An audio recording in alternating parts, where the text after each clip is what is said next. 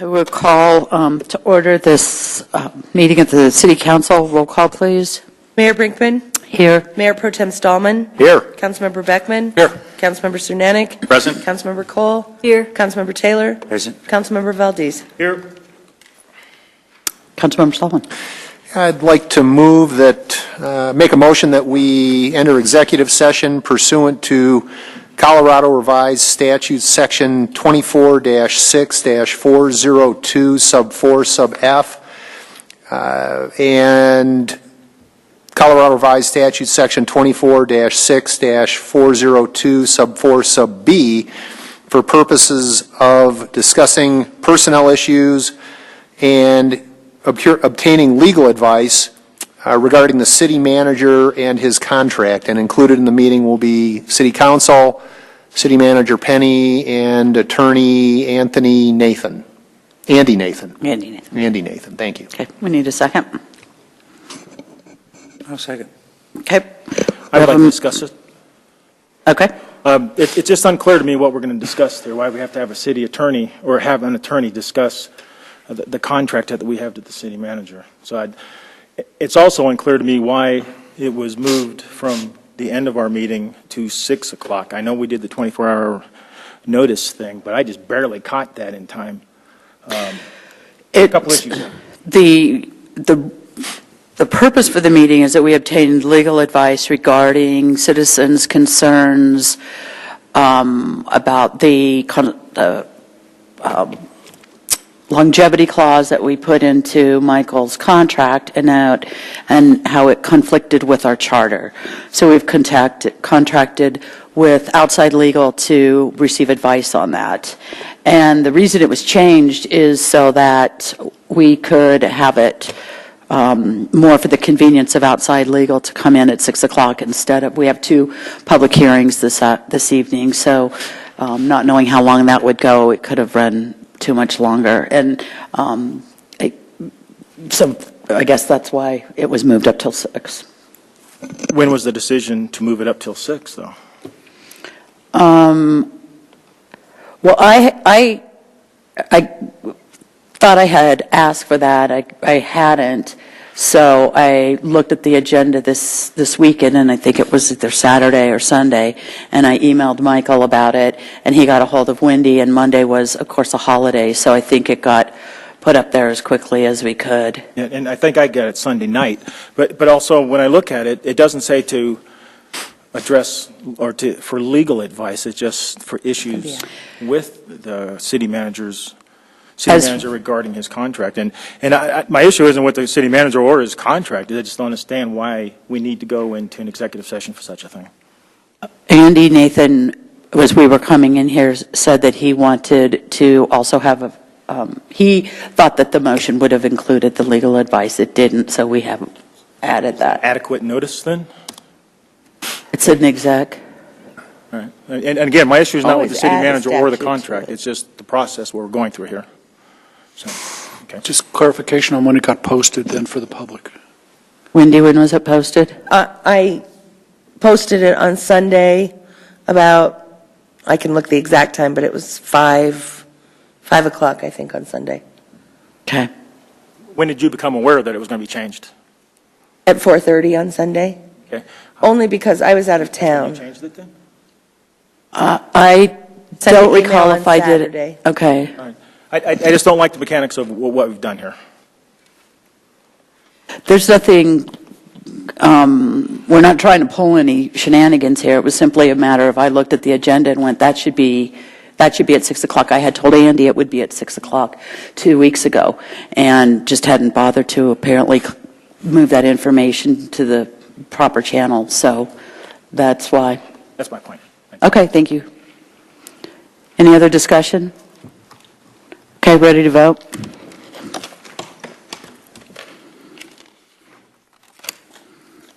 The vote is 5 in favor, with Councilmember Valdez and Councilmember Beckman voting no. The motion carries. We will return to our regular meeting at 7 o'clock.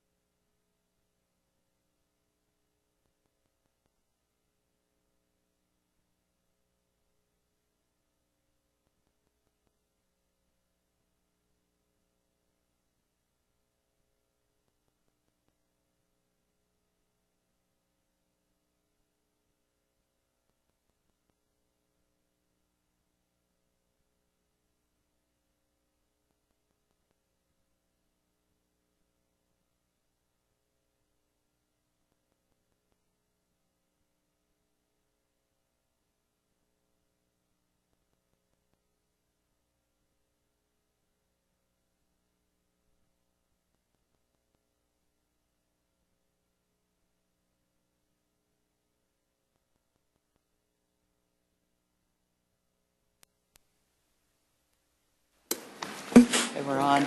We are on. Okay, we will begin our meeting. We have done roll call. We're going to, let me just get my papers organized. Okay, we'll go ahead and start with the Pledge of Allegiance.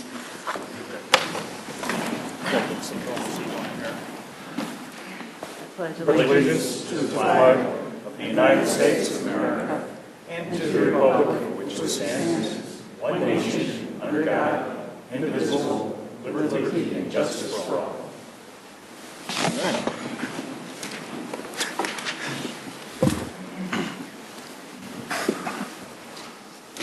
Okay, we have the agenda before us. Are there any changes to the agenda?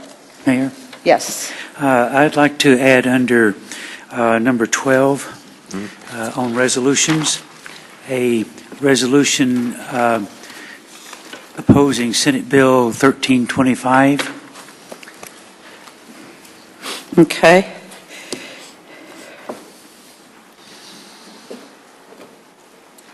Is it Senate bill or House bill? House Bill 13025 right here. It's Bill 13. It's in the House, but it's a Senate bill. Okay. It's now before the... Okay. Any objections? No. Okay, that will be added under resolutions. Any other changes? Okay, seeing none, the agenda is approved with an amendment. The minutes from the study session of January 29th. Any changes? Jerry? I have a couple suggestions I would like to consider. Down line 50, where we reconvene, I'd like to suggest that since the meeting was not televised when we reconvened at 10:04, that we add to the minutes who was in the community room, not including the gallery, of course, when we did convene. That's one thing. So I'd like to just say that who was back in the room, since it was televised before we left, but when we returned it was not televised. Also, I'd like us to considering the importance of to the city, the issue that was addressed when the untelevised meeting was reconvened, I suggest that we add to the minutes a note or clarification as to why the meeting was not televised for this important part of the meeting. And my thought there is the action that was read during the meeting was a rather important issue, and it was not televised, and I know there are some that were questioning that. So I think just maybe a note that it was not televised for whatever reason. Those are two items I'd like to consider. Okay, does anybody have any problems with that? I will just also make a note to that the televising of the meetings does not create a legal meeting, and the non-televising does not create a non-legal meeting or an illegal meeting. Just to clarify that. Understand. Any other changes to those minutes? Seeing none, those will be approved as amended. Thank you, Mayor. Thank you. Reports, the city manager will be in a minute. We'll do his report last. Councilmember Cole. Well, I have three things, and I wanted the city manager to hear at least a couple of them, so... Okay. Councilmember Beckman. We'll come back to Cole. I find that we have the opportunity to take 2 or 3 minutes talking about just about anything we choose, and so tonight I want to talk about something a little different. I want to talk about how we do staff procedures in the city and throw out an idea that perhaps may result in a change or some consideration. When I was a brand new lieutenant and knew nothing about doing staff procedures in the military, a 2-star general took me aside and sat me down and said, "Lieutenant, this is what I need from you." And it was a great mentoring session, and in that spirit I want to offer this idea. He asked for courses of action or alternatives, not just one way of doing business, but if it's a yes or a no, at least a reason why yes and a reason why no. And if it was something that was a little more complicated than just a yes or a no, he said, "I really need to have 2 or 3 good alternatives, well thought out alternatives. That's what I have the staff for.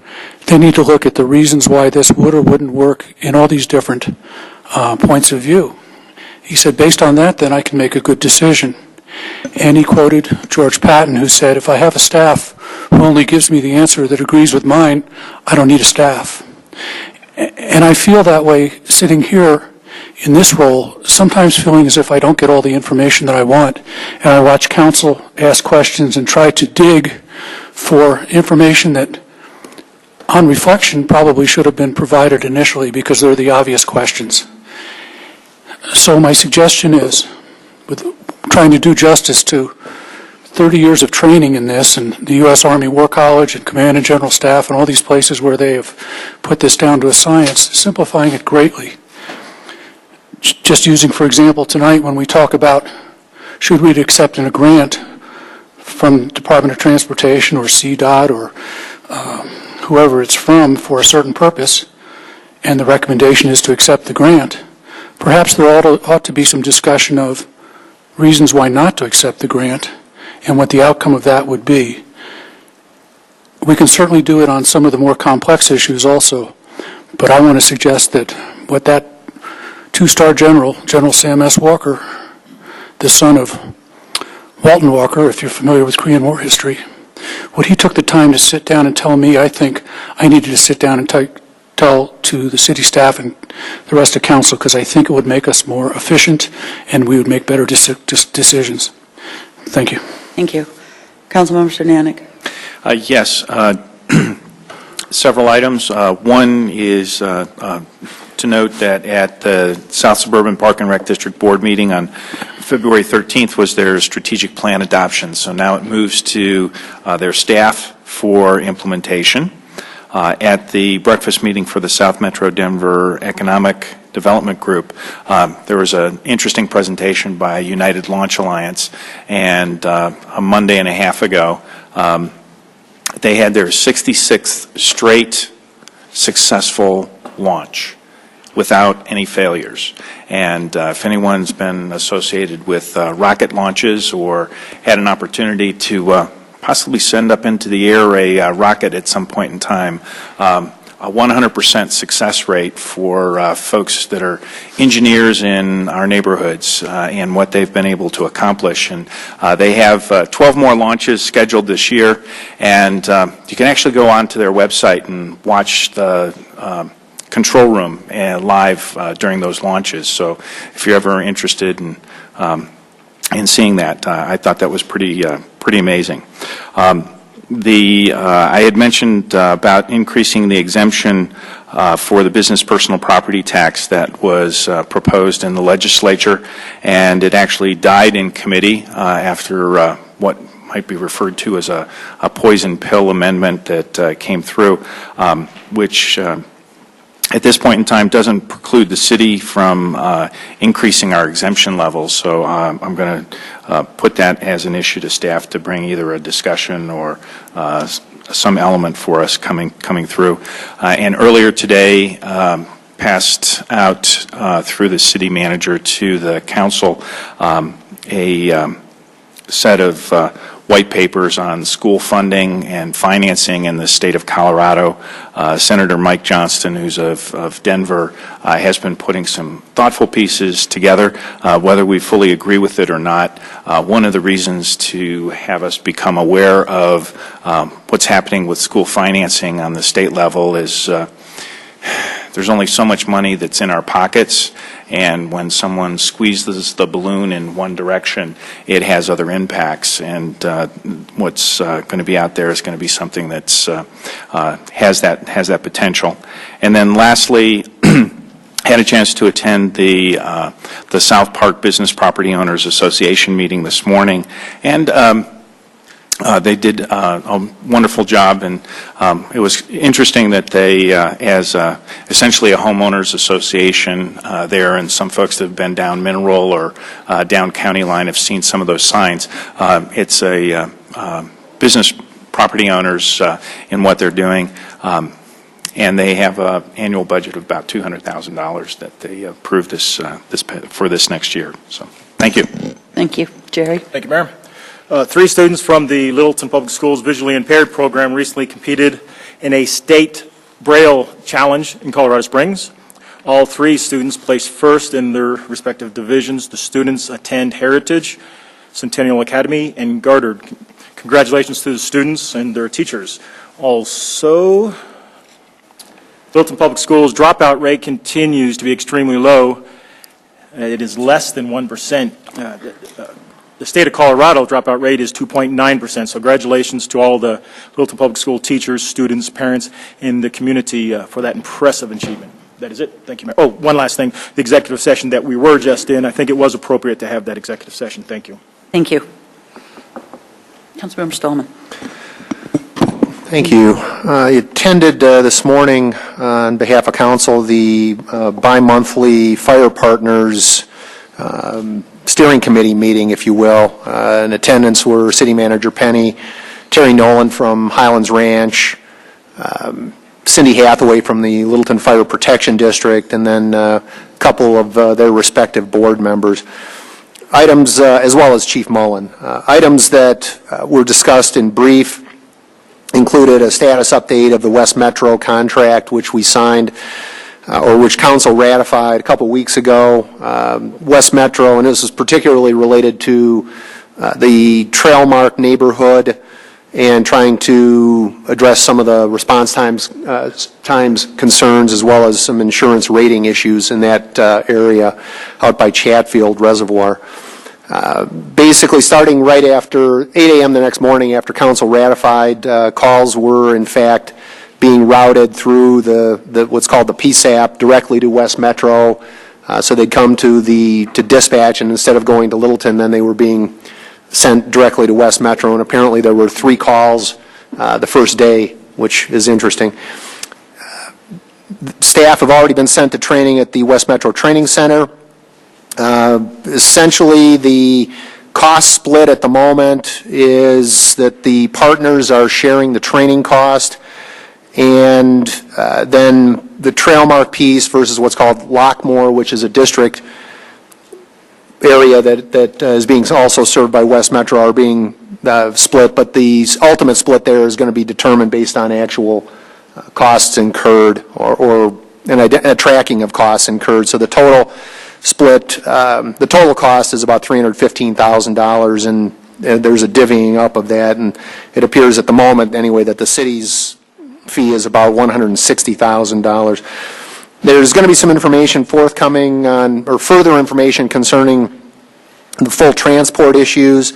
There's been some communication, or at least some pending communication perhaps, that there are some concerns that have been raised, and Littleton Fire Rescue Management is attempting to address those concerns. I think staff, or council I should say, will be receiving more information on that in the short run, but part of the solution involved is having what's referred to as a Medic 10 reserve unit being rotated to cover for training outages, so that there's no degradation in having units off service and reducing the capacity to do full transport.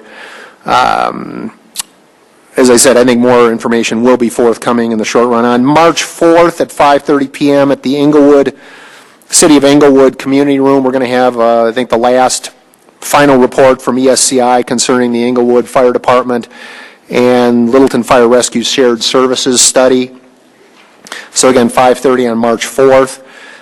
The final results of the admin charge look like about a 5% fee, excluding utilities, is what ultimately everybody's agreeing on from a finance perspective, that the partners appear to be agreeing with as well. This goes back to last fall when the renewed contract was signed, and we were looking at what the true administrative cost was, and there had been a number that had been in use for some period of time, 6.12%, and the question ended up being what's the real true cost on a fresh tracking, and that now, excluding the utility cost, is 5%.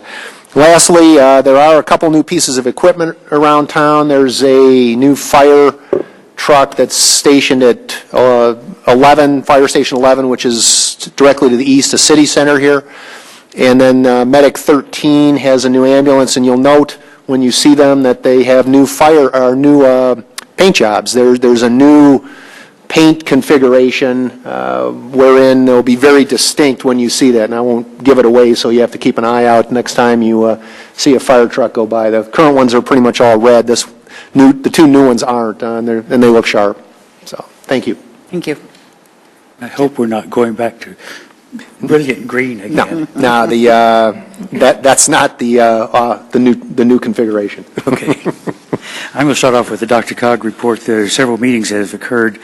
Number one, we're still very concerned about sequestration in the Advisory Committee on Aging.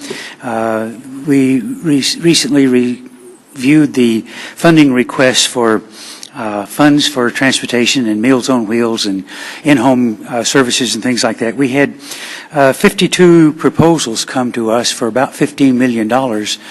We've got only $8 million to distribute, so the funding committee is trying to pare that down to determine who will get funded and provide the most bang for the buck.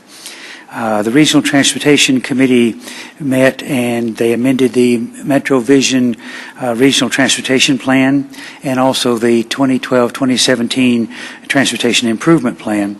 At the same time, they had a report from the Federal Highway Administration regarding certification for the state CDOT and RTD and DRCOG funding.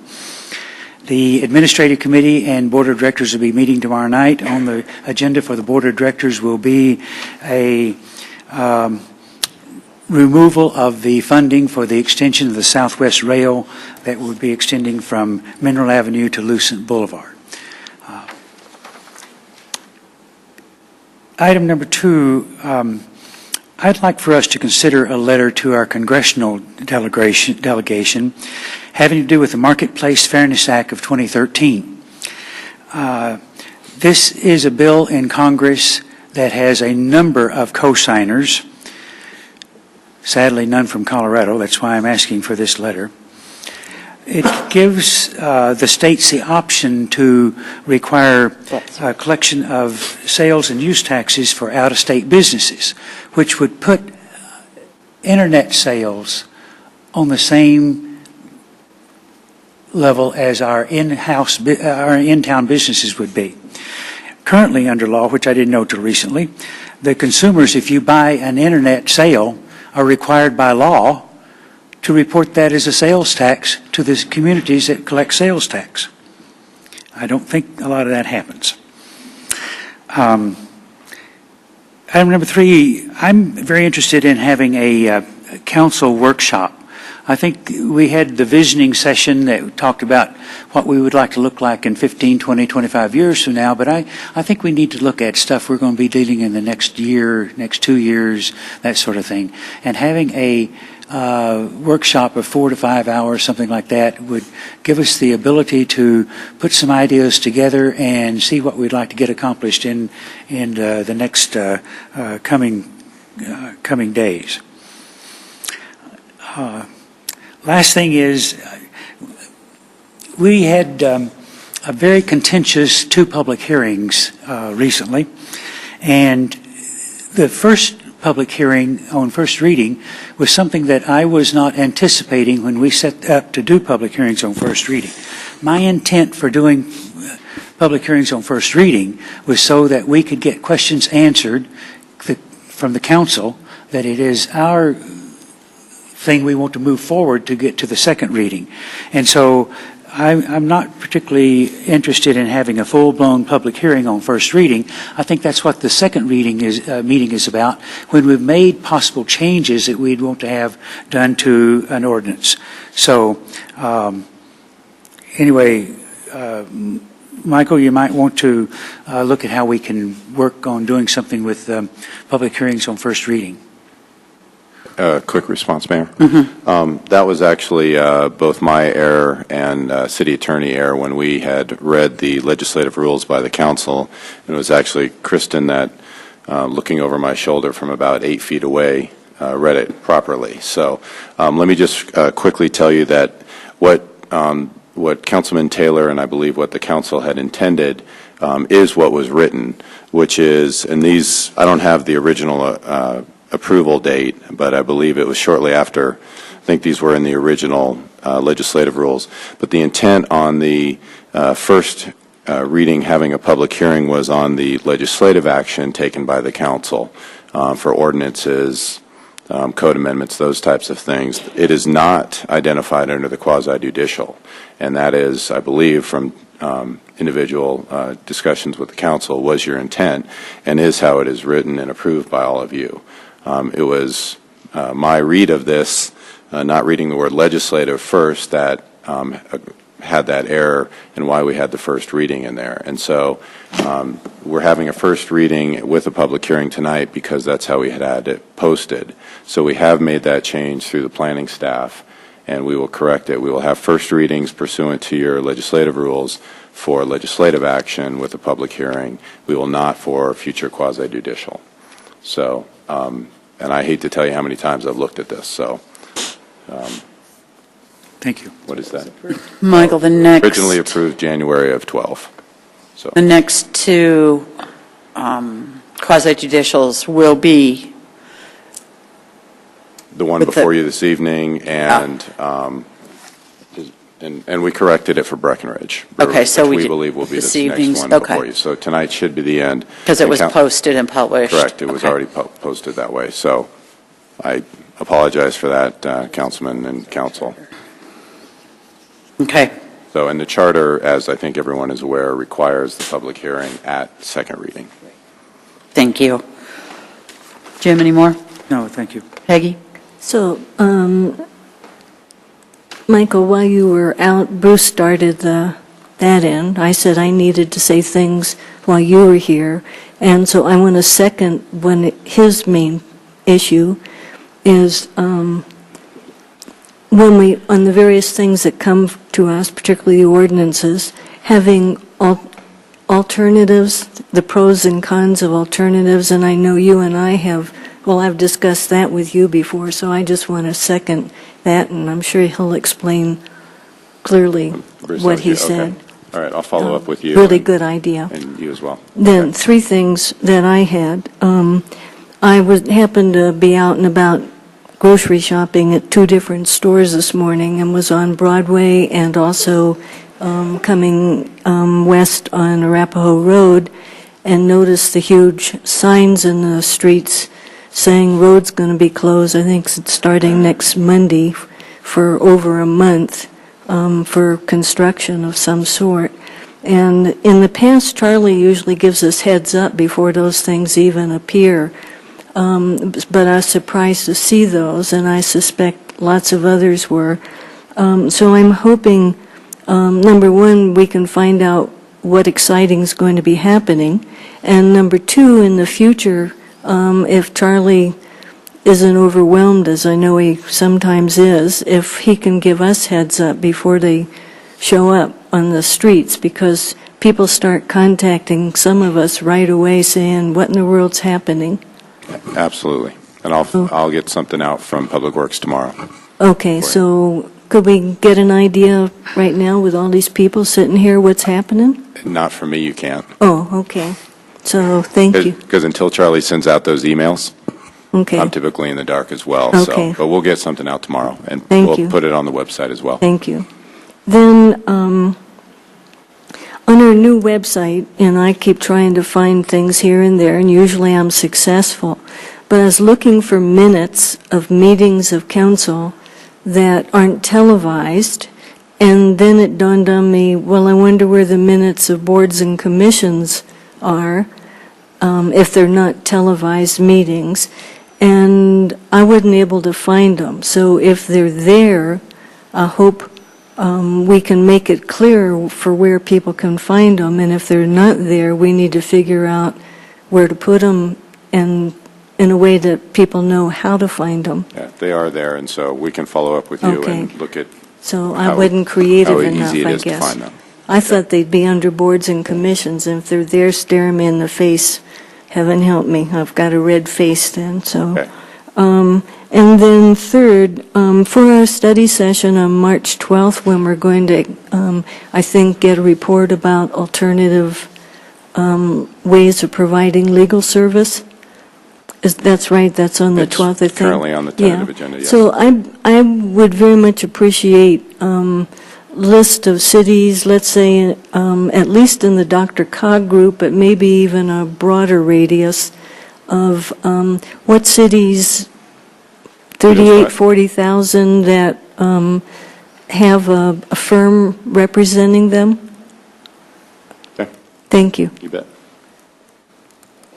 So, thank you. I just have one piece of good news this evening. We have been working now for over 2 years to begin our river restoration project, and it got snagged by the Army Corps of Engineers, and so we launched a full court press on them. They have approved it, and we're working on getting final permitting on that, but that will start, and the goal is that will be completed before the spring runoff, and the hope is that we have a spring runoff. So that will be some pretty intense river restoration. It will affect the river from Red Tail Lake down to C470 in that general area, but that will probably be 2 or 3 months of some work down there, and then once that's completed, it will do a lot to restore a lot of the health to the river. It's the first of 3 phases that we will be embarking on, so that's good news. Okay, City Manager Penny. Thank you, Mayor.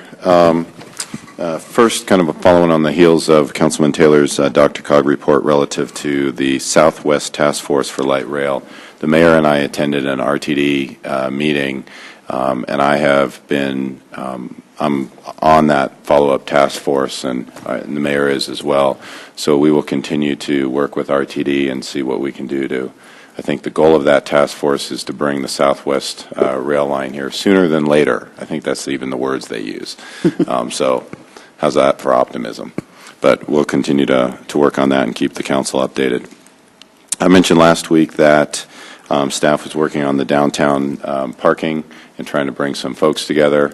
That is currently in place. We're running into a little more problems in terms of trying to figure out what groups to bring together, but I'll try to update you on a every 2-week basis on what the status of that. I know there's a lot of concern and interest from the council post last couple meetings in terms of the concern that's been raised.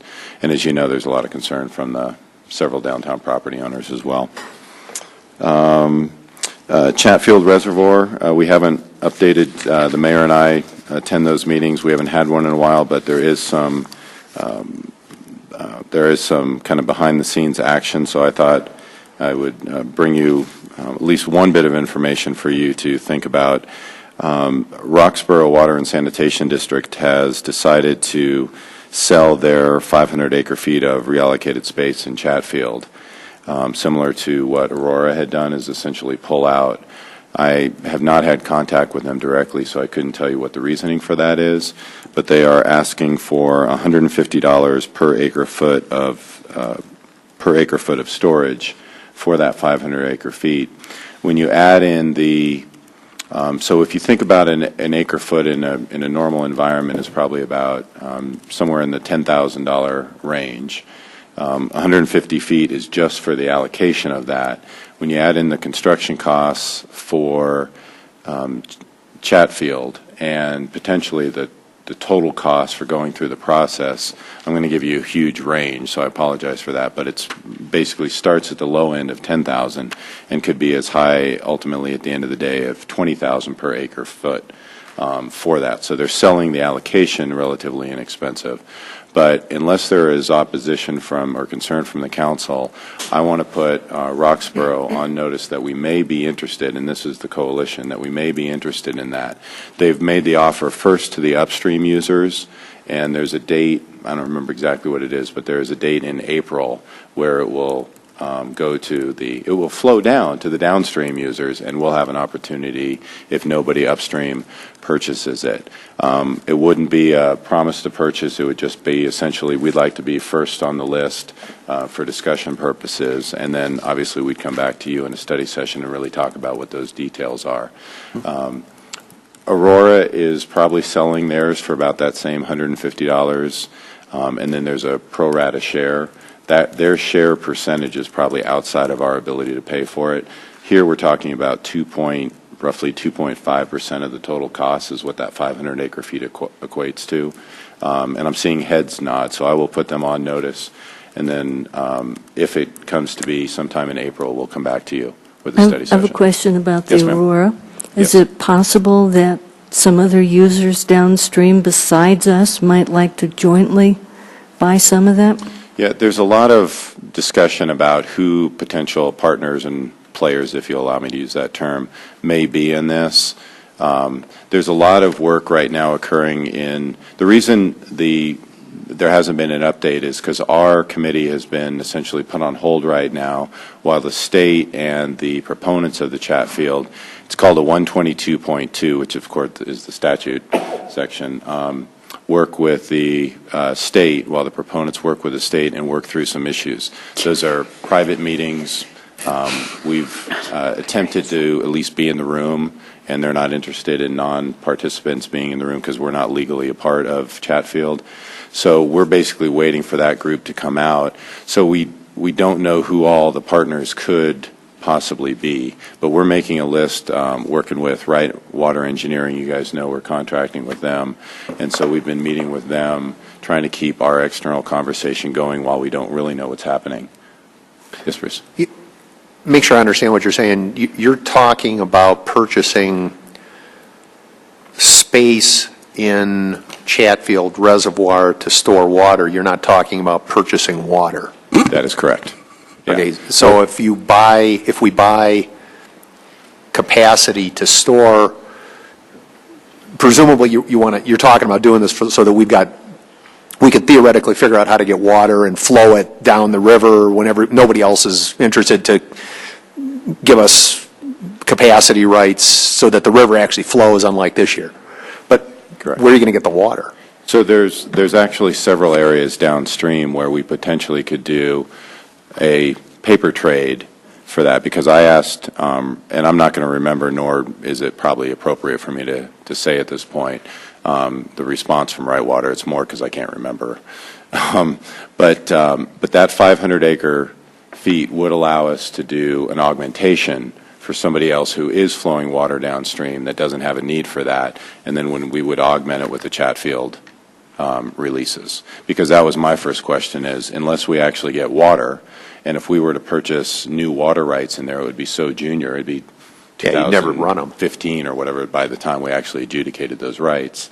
But I think it's worth, that's why we want to put Roxborough on notice, because to Peggy's question, it's worth at least seeing if we can be in line and then starting those conversations with who else we might want to partner with for this, and whether there is really, it's advantageous for us to own those water rights or capacity rights. And this is part of the reallocation, so it's the top off of... Correct. Yep. Jerry? For all the Boy Scouts and first-timers here, isn't this exciting to talk about cubic feet and water and all that stuff? I mean, let's do some jumping jacks and wake back up here. That's it. And I think 1 acre foot is equivalent to a football field a foot deep, if I remember correctly, in case anybody asks you at the next trivia game. Aha. Now you're To give you an talking big idea. talk, yeah. And I can't remember what an average family residential uses, but They use Probably half an acre a year, I believe, for There you go. four people, I think. so half a football field a foot deep. And you That's a lot of baths. My daughter takes, and anyway. Oh, better stay away from that. Yeah, exactly. And then lastly, I just wanted to, a couple of you have asked me over the weeks and maybe even months, updates on the Littleton Inglewood wastewater treatment plant. We actually have a manager's meeting on Thursday, so I will have an update for you after that. So we just have not met since before Thanksgiving, so that's why there hasn't been an update. And Councilman Taylor, it means I will be late to the policy board CML meeting. I'm sorry, one other sort of parenthetical there. Was there any follow-on with Ed Tower that we were? We sent him the letter. We sent the letter with the mayor's Report? signature, and Okay. and he is in receipt of that letter. And then no next steps planned at this Not juncture? at this point. I assume that at some point we will we will join their mailing list, and we will know if there's action necessary. Okay. And we have your name at the top of the list for the action and participation, at the request of the other council members who took a step back, I believe. Okay. I didn't get you anything. So Not yet. since Jerry gave heads up to the scouts that are here, it is exciting to tour the wastewater treatment plant, otherwise known as the sewer plant. So if you haven't done that, ask your troop leader to sign you up to do that. Yes, we can certainly make that happen if you're so interested. You get to hear about good bugs. Get the sewer plant merit badge. That's the one you want. Okay, back on track, Mike. Mayor, one last quick thing, I apologize. Okay. So I just want you to see, this is the community scorecard. It hasn't been reviewed yet, but this is a draft version, just so you know that it's becoming a reality. I'm just showing it off at this point. Bright colors, pretty pictures, gripping. Thank you. Thank you. Okay, we do have a guest citizen this evening, and Councilmember Taylor, do you want to introduce this? Yes, I would. I'd like to ask Mrs. Beckman if she would come front and center and get out of our little box here. This evening, the Littleton City Council is pleased to recognize former Arapahoe County Commissioner Susan Beckman as our guest citizen. Susan retired at the end of 2012 following 12 years of dedicated service on the board representing the citizens of Littleton. During her tenure, Beckman helped guide the county through a period of significant change, including the incorporation of the city of Centennial. Other accomplishments during her time on the board include the opening of Centerpoint Plaza, the opening of the new Sheriff's Administration and Coroner's Facility, the opening of the Arapahoe County Fairgrounds and Regional Park, the opening of the Eastern Service Center in Bennett, and the expansion of the courts and the addition of new District Attorney's Office. She served 4 times as chair of the board and was recognized regionally and nationally for her leadership with the National Association of Counties, also the Denver Regional Council of Governments, the Metro Area County Commissioners, and the Urban Drainage and Flood Control District. She also served as chair of the Arapahoe County Public Airport Authority. Last year, Governor Hickenlooper appointed her to serve on the Colorado Benefits Management System Executive Committee. Among the accomplishments probably nearest and dearest to her heart is the creation and the success of the South Platte Working Group. Susan brought together representatives of 16 local governments and $28 million in open space funding to connect trails, do cleanup, develop, and preserve land throughout the South River Corridor. Her lasting legacy will be the many acres of open space preserved for generations to come. Not only did Susan spend the last 12 years as a county commissioner, but prior to that, Susan was a member of this Littleton City Council and had a number of accomplishments during that tenure here. So we wish to extend our sincere congratulations to you, Susan, from your retirement from the Board of County Commissioners. The citizens of Littleton and all of actually throughout the state and the country really owe you a debt of gratitude for working so hard to make this a better place for everyone. So thank you very much and congratulations. Thank you.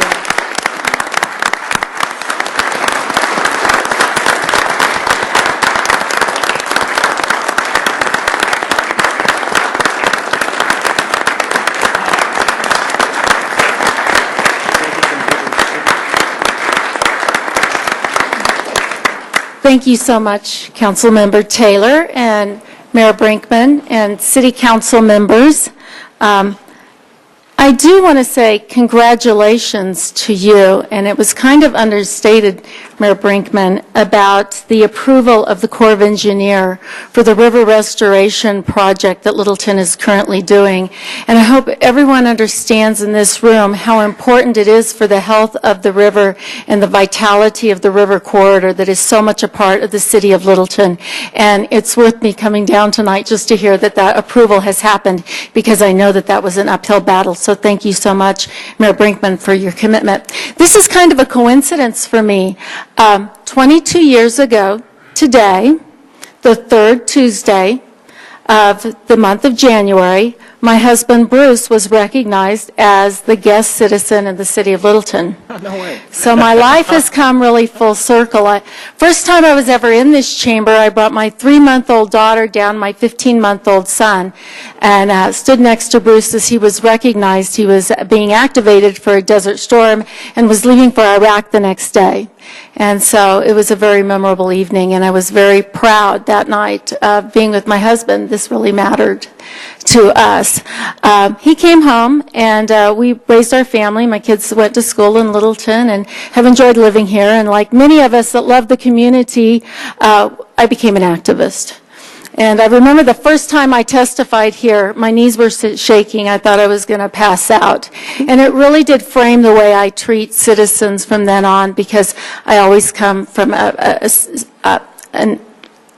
direction of respect, because it's not easy. Sometimes it's very intimidating. I got elected to council, and I sat in that chair, which is like the Beckman council member seat, where my dear husband is sitting now, and thoroughly enjoyed my time as a city council member, and then being elected as a county commissioner, and always tried my best to protect Littleton, our individuality, and our quality of life. It has just been such a privilege. And now I'm a citizen again. It's good to be an activist. I'm enjoying it very much. And as a citizen of Littleton, I'd like to thank you for your service. I know the hours are long. A lot of people underestimate how much time and commitment you give to a community when you serve on a council. It's a huge responsibility, and I want to thank you for all you do. Littleton's a great place to live, work, and raise a family, and I feel fortunate to have been a part of it. Thank you. All right. Thank you, Susan.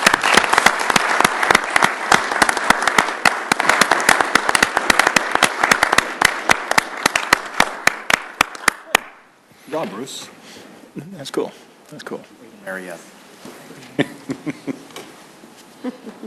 I really enjoyed that. Thank you, Susan. Okay, this is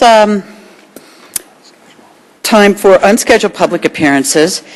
This is an opportunity for any citizen to express an opinion or ask a question regarding city services, council policies, or any other matter of community concern that is not part of our scheduled agenda. Generally, an immediate response should not be expected. Typically, issues are referred to the staff for follow-up information or research, and then reported back to council and the individual that initiated the comment or the inquiry. So we do have 2 public hearings this evening. One is a rezone on Littleton Commons, and we also have a public hearing on moratorium regarding marijuana. So if you'd like to speak on anything other than those issues at this time, please raise your hand and come on out. Paul?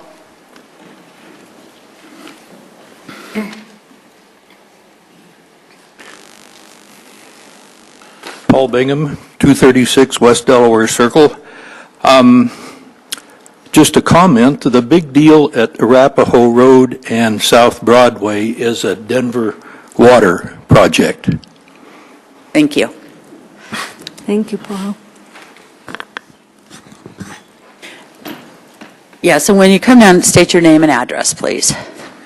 My name is Ken Cott, 2703 West Long Drive. That's a South Park neighborhood, which I think is District 4, which I think is your territory, Mayor Brinkman.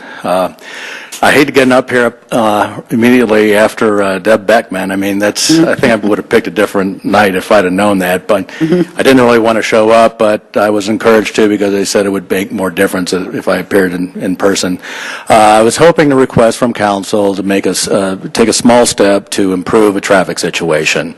I don't know if you're familiar with it or not, but if you are westbound on Mineral Avenue, wanting to make a right-hand turn to turn north onto Santa Fe, you need to come to a stop, but then you are in fact entitled to use the far right-hand lane as a climbing lane to merge with traffic. I would guess that less than half the people understand that you can use that far right-hand lane. I think they think that it might be a shoulder. You can't use a shoulder to merge with traffic. And when you have the cameras right there, taking pictures of everything you do wrong, and you got to prove yourself, and it's very difficult to prove yourself innocent. I would just like to ask City Council to do something so that it becomes abundantly obvious that that is in fact a climbing lane that can be used for merging as opposed to a shoulder. Now normally it's just a nuisance for people like me who have a tendency to wait until the last minute to go somewhere. But there are in fact times when rush hour it causes some traffic problems. So I don't expect any response tonight, but hopefully sometime in the next few weeks or a month, you can see something up there that makes it obvious to everybody that it is in fact a merge lane. Great suggestion. We will look into that. Santa Fe is CDOT, and so we don't have the jurisdiction over that for those types of things, but it is definitely, we work with them well on the entire stretch, and I'll have Charlie Boston with our Public Service Department will. Well, I do know, I've had some contacts with CDOT. I know for a fact that your city manager, Michael Penny, has had some contacts with CDOT, so hopefully, Michael. Yeah. All right, thanks. Okay. Thank you very Thank much. you. Appreciate your time. Thank you. Thank you, Ken. Anyone else? Pam?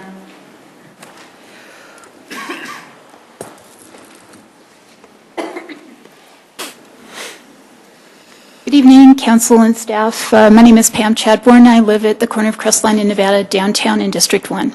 So I have a request about documentation before you approve the minutes of the last council meeting on February 5th regarding the rezoning of Nevada Place. And that is that Mr. Van Nimwagen showed a map that showed public comments and input.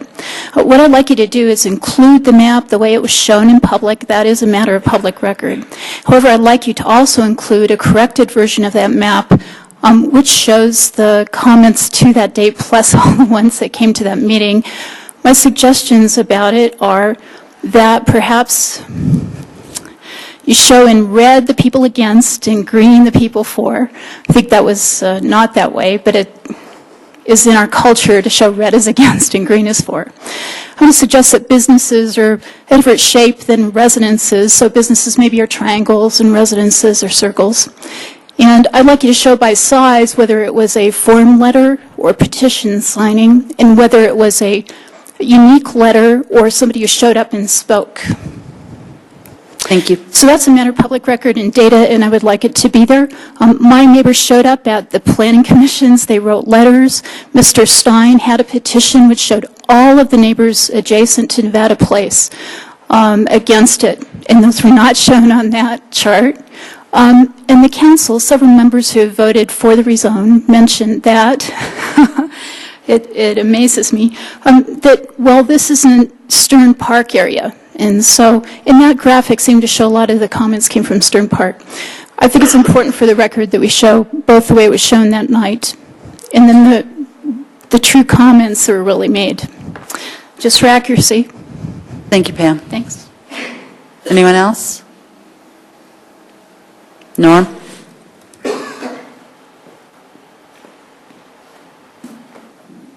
Good evening, Council. Norman Brown, 6081 South Spotswood Street. It's the side of the street that's District 1. Going back a ways, I spoke to a previous council with some of the same members about authority for the comprehensive plan. And at that time, it was the Planning Commission. I had served on the Planning Commission when we worked downtown here. And at that time, we had authority over the comprehensive plan according to state law, as I recall.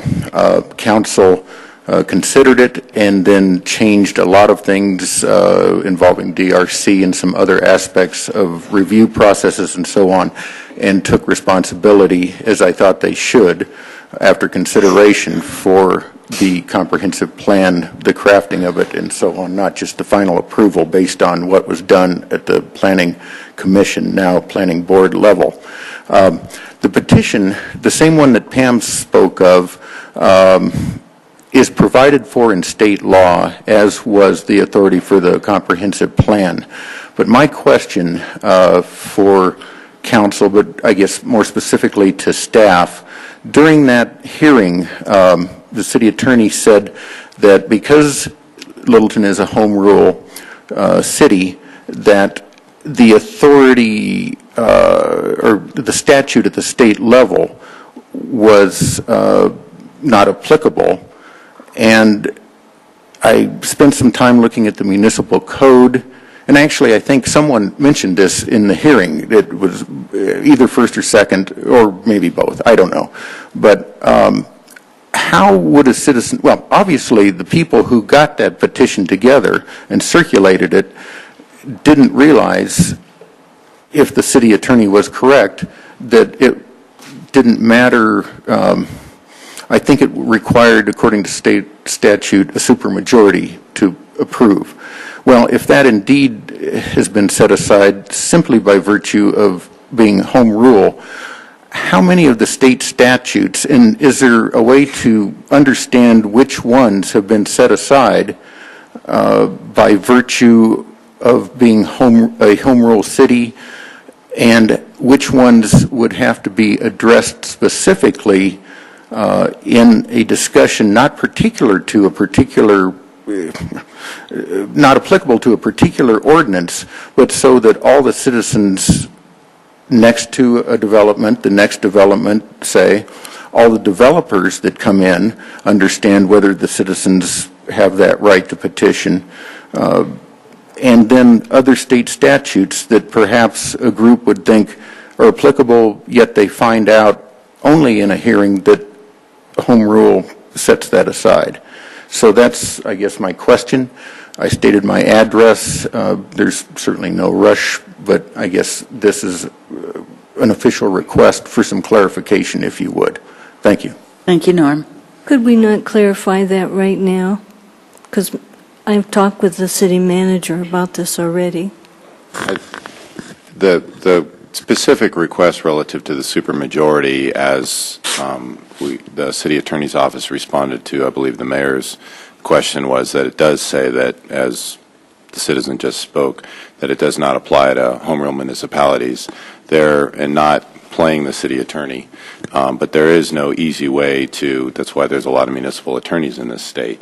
It's not an easy question or simple to state what is applicable to home rule or not. The general, the bar is basically set for the state to have to demonstrate that it's of statewide concern from the statute, but the numerous court cases that occur, I'll over-exaggerate, on a daily basis make it a specific issue on any specific question that comes forward. And even if we said something today, there could be a court case before long that would change it. But the specific question or the specific issue relative to the supermajority is the state statute specifically excludes home rule municipalities, of which we are one. So we are therefore excluded by definition of the statute. And we have a city attorney that responds to, that reports to and provides legal advice to the city council and to the city staff. Others in the community are responsible for hiring their own attorneys and potentially making their own interpretation of that or any state statute.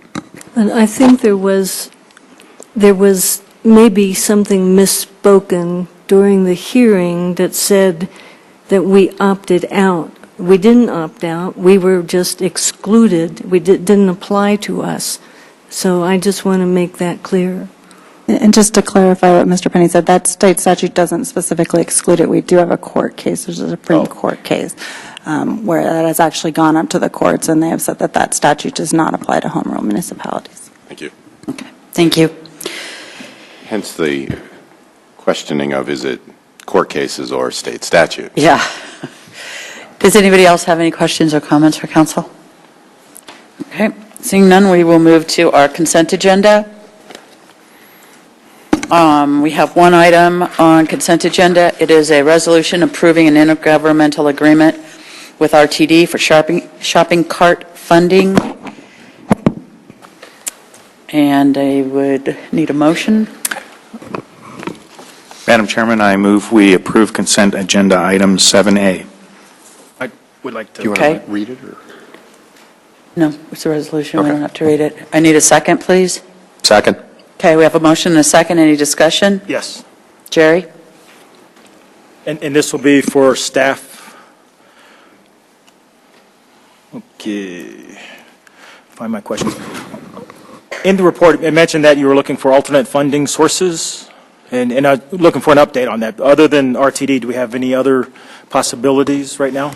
Yes, as a matter of fact, we sent out 80 letters to businesses and businesses around the city of Littleton, and we're putting an application for a grant from Walmart, a grant from King Soopers, a grant from Safeway, and I just had a call from CenturyLink today to find out what kind of participation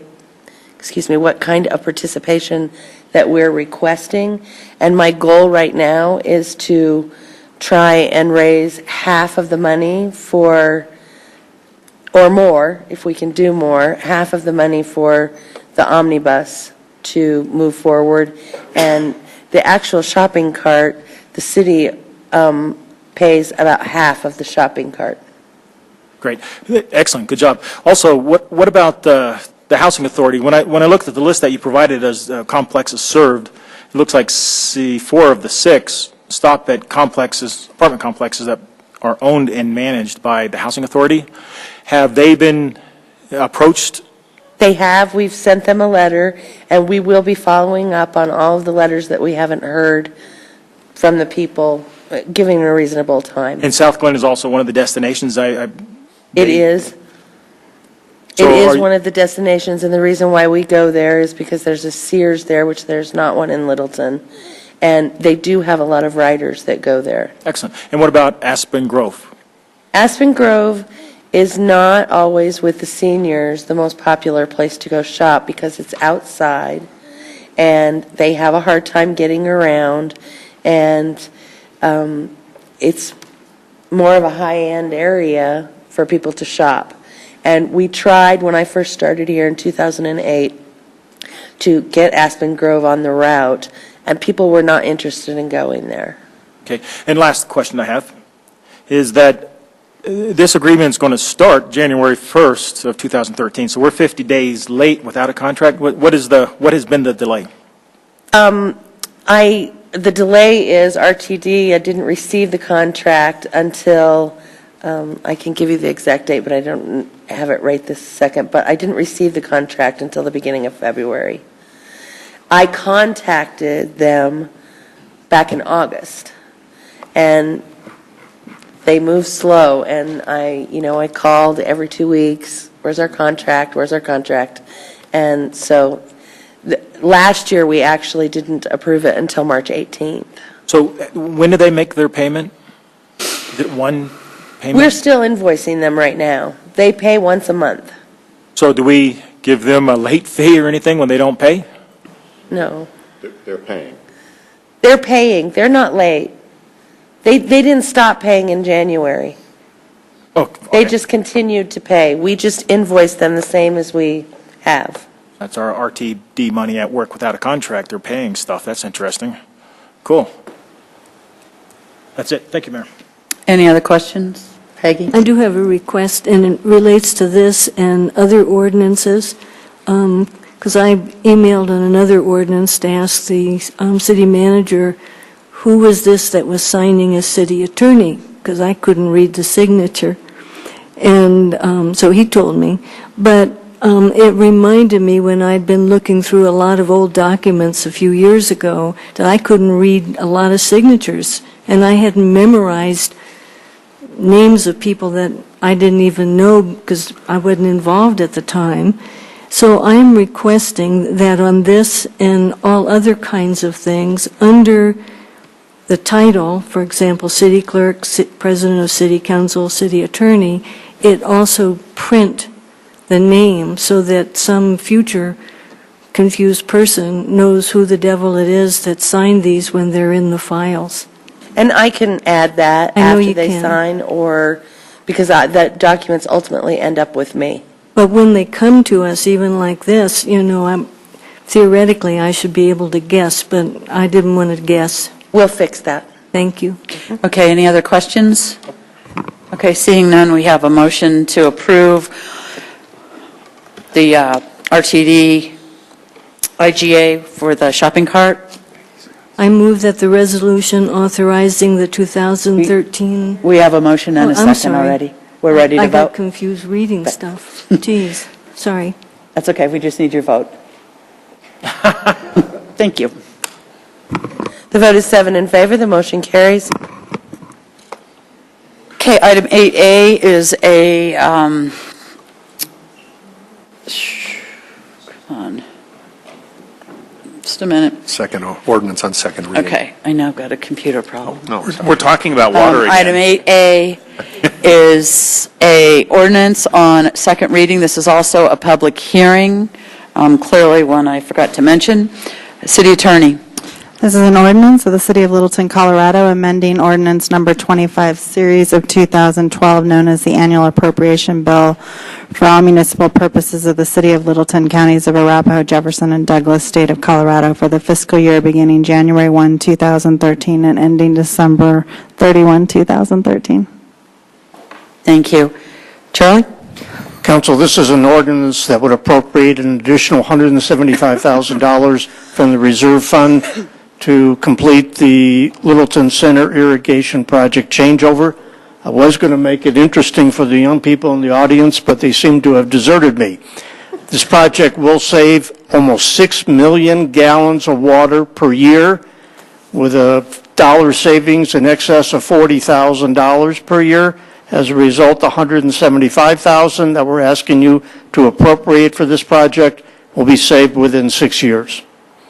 Set a public hearing on an ordinance that will appropriate the funds. If you have any questions, I'll be glad to respond.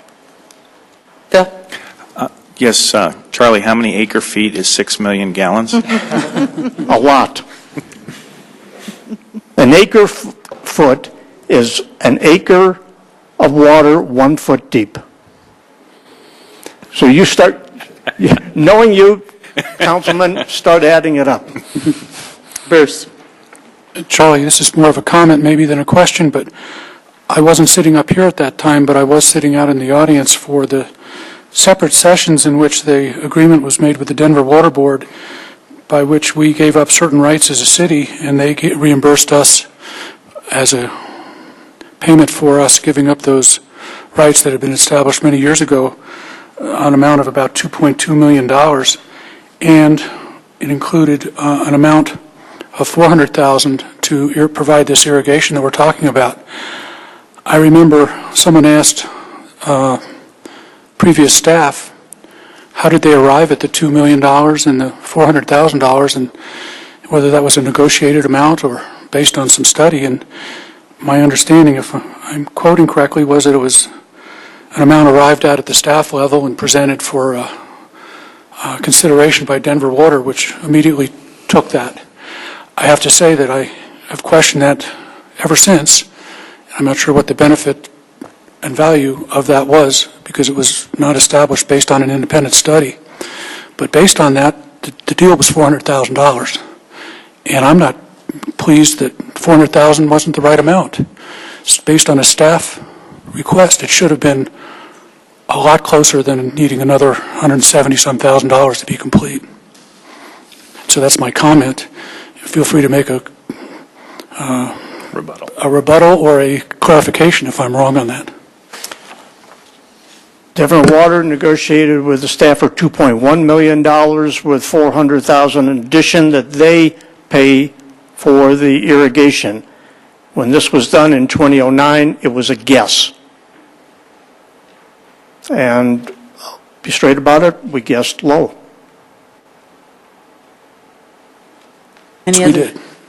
Any other questions? Oh, I'm sorry, Jerry? I realize it's going to save a lot of money, but also are we doing zero-scaping type techniques where possible? Our intent over a period of time after the irrigation is done is to look at the landscaping on this site as well as other sites to start bringing them up to 21st century standards and using zero-scaping and other water-saving methods in order to improve the site. Right now, we're looking at the project on the Broadway medians doing that. Whatever we can to eliminate large grass areas or any grass area and plant it in other means in order to save water and money. That is our goal, yes, sir. So you're getting ready to spend another $175,000, but are you implementing any zero-scaping? With this project, no. Not right now. And why not? because the 175,000 and the 400,000 from Denver Water is enough to just do the irrigation. Any changes to landscaping would be after that and on top of that amount. I only have so much budget to work with and so much time. The answer to your question is yes, we're going to do it.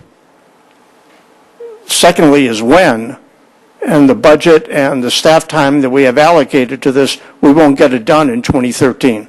It'll have to follow after that. And this question would be for city manager. So of the 175, it's being reallocated out of the capital project fund. It hasn't been budgeted, obviously. So what does that leave the balance then of the capital project fund? I can't tell you off the top of my head, but we can certainly follow up with you on what that is. I mean, there's millions in the capital fund. Okay, cool. Thank you. So, you bet. I just encourage us. I don't know, if I were to do the sprinkler system in my yard, and it's a fairly good-sized yard, and then next year I said, oh, I'm going to do xeriscaping this year. It seems like it's kind of backwards. We would budget the changes in landscaping through the normal budget channels. And to do that now would mean I'd have to come back and ask for more money again. And being realistic about it, I just don't think we could get that kind of work done in 2013. So if we want to make landscape changes on the site, we would have to budget for it for 2014 or later years, depending on available funds.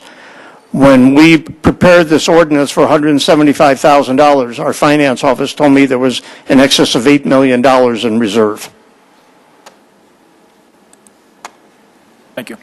Any other, Peggy? Yeah, I think I pointed this out last time. Given the way Denver Water raises the prices of water, we will pay this off, I suspect, in 4 years or maybe even less if they keep being so eager to raise that. And I did, while we were talking, just Google how many gallons in an acre foot. So this is almost an acre and a half acre feet.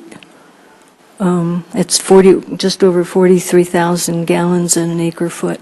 An important part for people that are watching this or listening here is that we will be coming off of what's called potable water, which is treated city water, and going to irrigation water from the city ditch, put into Geneva Pond, and then used to irrigate the site. It's a goal of Denver Water to transfer as many parks and open spaces that are using treated water and going to non-treated. And this is one of the first projects in Littleton to do this kind of work. And then I have a question. In terms of landscaping and so forth, at least part of what gets sprinkled and so forth are things that are used in some of the events that we have here, right? So xeriscaping would not necessarily be the best way to do at least some of that. Is that right? All right, you have to leave some of the area in grass for events and people to play with and throw the Frisbee and just to be out there, and not all of it will be done in native type of landscaping. Yeah, that's correct. Bruce? The city ditch water, this is water the city actually does own, and it's expected to flow even in low-flow years? It's 4.33 inches of water that we own in the city ditch that we acquired in 1970 when we sold our water system to Denver. Right. We've been paying a fee for that ever since, and this will be the first time we actually use it. What do we do with it previously we just sell it? Let it go. Huh? Let it go in the city ditch. We didn't sell the rights to somebody else on a temporary basis. We haven't in the past. Okay. Any other questions? Else? Jerry? Yeah, you said we're using native landscaping right now? No, I said we would be changing the native landscaping for xeriscape, but some areas would still remain with manicured grass for play areas. Okay, yeah. I thought you were talking that was being native, and I was going to say, that's interesting. It's the best way to describe it is at Kettering Park, where you have a manicured grass area and what's called the oval on the north side of the museum, and then over to the east side and other areas, it's native landscaping. that's the type. You still need some grass areas for people to play and some native areas that are not irrigated as much. Thank you. Yes. Any other questions? Okay, seeing no questions, thank you, Charlie. I will open the public hearing. If anybody wants to come down and speak to council on this issue, please come down. We have a 4-minute time limit. Please give us your name and address. Norm?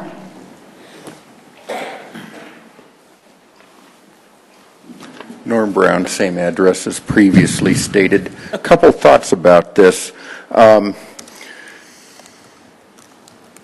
They're moving towards zero-scape. Well, I was surprised to see down here about the fourth paragraph, non-potable irrigation system will use city ditch water that the city has been paying for but not using. I've noted, and I believe it's going to get worse, Kettering Lake is not generally full. And I don't know what mechanism, whether it's trading shares. I think ultimately that water comes from Highline Canal, and that's going to be difficult. But if we have water in the city ditch that we're not using until now, as we move toward the zero-scape landscape, and I would suggest drip irrigated crabapple trees along the perimeter might be nice. As you know, we have the crabapple roots, and there is actually, I believe, a nonprofit now established to help replace those crabapple trees. As we move toward using less of that water, I would suggest exploring an option and maybe a policy that says, let's get it to Kettering Lake. Kettering Lake is an amenity to the museum and to the houses around it. When it is too low, mudflats turn into a nuisance. And so perhaps they've been pushing pipe for, I think, fiber optics through my neighborhood. Maybe there's an existing pipe that could be used, but it's not all that far, and it's a shame that we were paying for water that we weren't using when Kettering Lake was low. So I would suggest, and I'll come back, of course, as I always do, and ask you about this in subsequent years. Thank you. Thank you, Norm. Anyone else? Okay, seeing no one, I'll close the public hearing, and council, I need a motion, please. I move the budget amendment ordinance amending the 2013 annual appropriation bill, increasing total expenditures by $175,000 be approved. Second. Okay, we have a motion and a second. I know, it's discussion. It's discussion. Michael? Mayor, I just wanted to respond to Councilman Valdez's question about the capital fund balance. So it's projected to be approximately $6 million at the end of 2013. So be $175,000 out of that capital fund. But $5,922,000 is what's projected. We should be exceeding projection at this point. So Are those Charlie's type of estimates, or is this your estimate? these are from your distinguished finance department, which is a award-winning finance department. So they're fairly accurate, we hope. It's a larger bullseye and dartboard that they use. So. Okay, thank you. No, it should be accurate. I appreciate it. Thank you very much. You're very welcome. Tiffany's looking Any over other her shoulder. discussion, council? I just wanted to make a quick comment on this. I really commend the effort and the fact that Denver Water is actually paying to encourage us to use non-potable. This particular park is full of trees that have been planted in memoriam from a number of citizens, and so it's important that the park is well irrigated. It's also a park that is well used by the citizens for a number of events that we have. The nice thing about it is that it has a ton of trees in it, and it's very shaded, and it's on the north side of a building, so that in and of itself helps keep down its water usage. So I think it being one of the first, well, being the first of, I hope, many in the city that we're able to do a non-potable water through is a good thing, and I'm looking forward to hearing about the savings also as we go through. It's always nice to have that water bill drop down a bit. Any other discussion, Bruce? just the fact that we're willing to look at the xeriscaping and look at all city land in that light, I think makes this a little bit more palatable. There has to be a balance and an overall outcome of reduction of use of water and still providing quality of outdoor space to citizens. Any other, just Bruce? The other point, I don't know if this is brought out, though, but this was a specific allocation of funds from Denver Water when that contract was renegotiated. So the ability to use the $400,000 for some other purpose doesn't exist. It was specifically for this particular purpose in accordance with their goals and objectives. So in case there's a question about, can you get the money for some other purpose, the answer was pretty much no.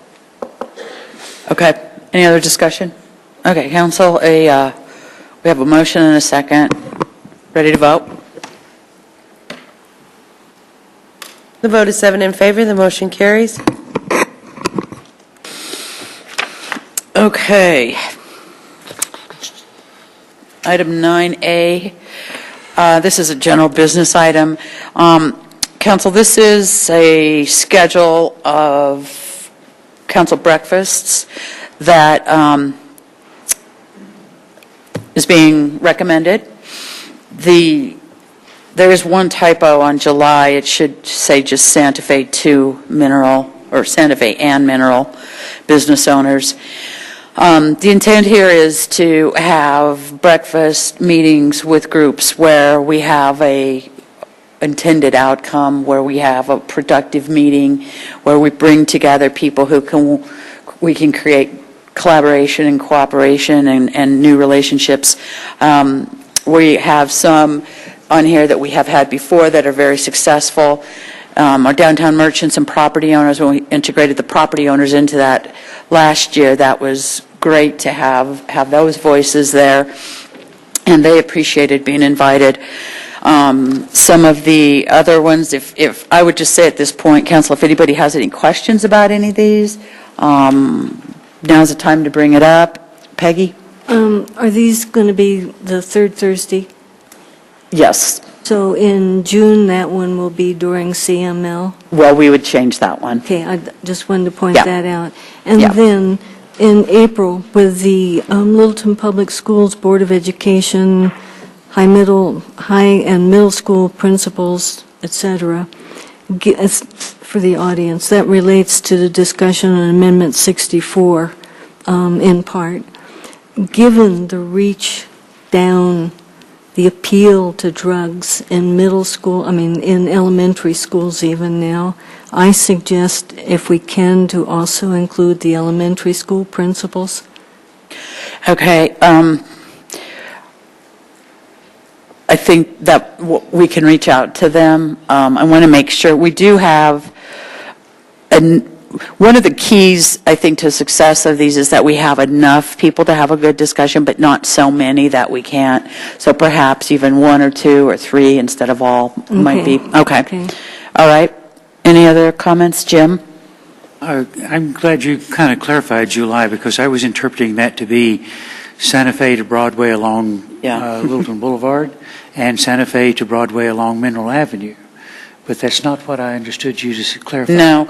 The June one would be Littleton Boulevard and Broadway business owners, and then July would be Santa Fe and Mineral. So our 4 main corridors would be covered. We'd do 2 each one. All right, gotcha.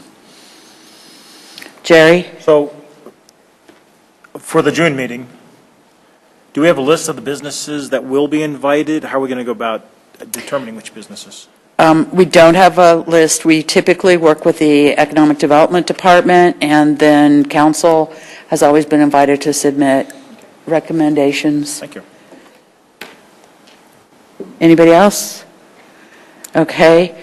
Then I don't know that we need to make a motion to approve this, but if nobody has any objections, we'll go ahead and move forward with this and start inviting folks.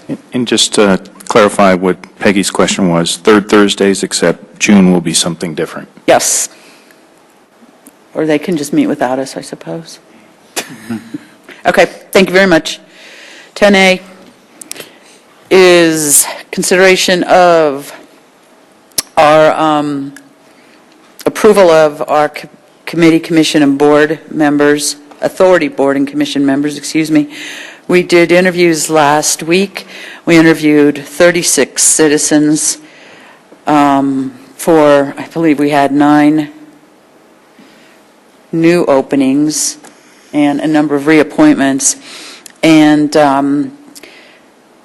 I think I speak for all of council when I say that once again we were just bowled over by the talent and the commitment of the community, and just humbled by the level of expertise that's out there and how willing people are to spend endless hours working on a number of different causes and important issues for the city.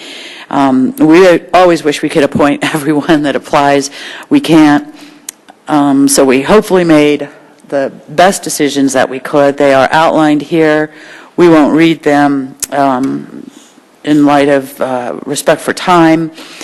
Council, I need a motion.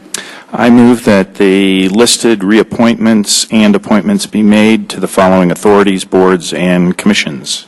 Second. Okay, we have a motion and a second to approve. Discussion, Jerry? Yes, on the Riverfront Authority where we do have a vacant, I would like to fill that position with Frank Atwood. During the discussion Wednesday night, there were a few interesting comments made, and I think it was not fair to Mr. Atwood. I think there was no good reason offered for not appointing Mr. Atwood. Do you want to make a motion? I would like to amend your motion from the Riverfront Authority to add Mr. Frank Atwood to that vacant position, which is not listed on our list. Okay, we have a motion to appoint Frank Atwood to a open position on Riverfront Authority. I need a second. A second. Okay, we have a motion and a second to appoint Frank Atwood to an open position on Riverfront. Any discussion? Jim? I will vote against the motion. I think he's not a good fit for what the Riverfront Authority's goals and objectives are, and he's coming with his own stated agenda, as he told us that night, which is not going to fit with what the Riverfront Authority's goals and objectives are. So I will vote against adding him to that authority. Any other comments, Bruce? The problem that we have with the Riverfront Authority positions is it's a very unique type of organization.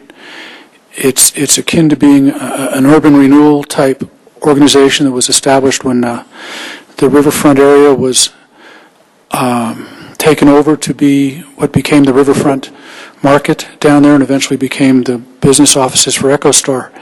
It isn't about quality of life along the river or anything like that. It's strictly a business type circumstance, and quite honestly, it's most activity, and Jim, you can correct me, but it's dealing with the bonds that were issued and some of the contractual agreements that kind of organization has. So based on that, the interest we were hoping would be somebody who has corporate or perhaps legal knowledge about those issues so that they can add some depth to the board.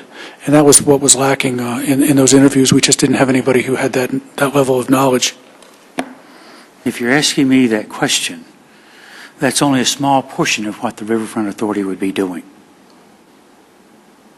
If you want to clarify, but that was the part that I zeroed in on for the selection when I was looking at the people who were showing an interest. Any other comments? Okay, ready to vote? A yes vote would put Frank on the board. Well, put it on the amended. It would put him on the list amended. The vote is 2 in favor with Councilmember Taylor, Councilmember Stallman, Mayor Beckman, Mayor Brinkman, Councilmember Cernanek, and Councilmember Beckman voting no. Okay, motion fails. Amendment fails. We're back to our original motion. Any more discussion? Okay. A yes vote will approve the appointments to the boards, commissions, and authorities. The vote is 7 in favor. The motion carries. Okay, item 11A. Item 11A, City Attorney, please. This is an ordinance of the City of Littleton, Colorado, approving the rezoning of property known as 2996 West County Line Road from B2 Community Business to PDR Plan Development Residential. Okay, this is a ordinance on first reading and a public hearing. We'll hear first from staff and the applicant. Glenn, are you presenting? Yeah. Okay, thank you.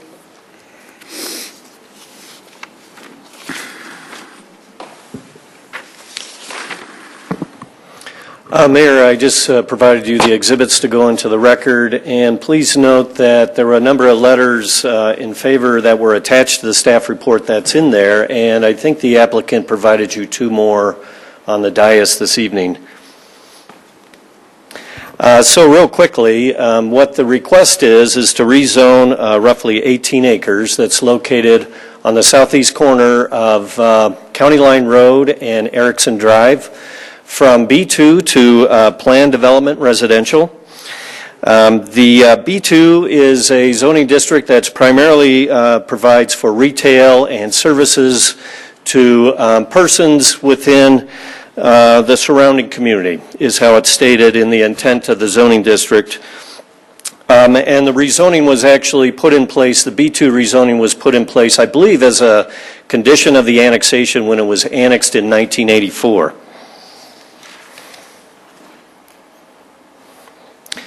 So why, I guess the ultimate question here is why change a retail site to residential? And this is something that staff takes very seriously. As you know, retail does provide sales tax revenue to the city to provide all kinds of services.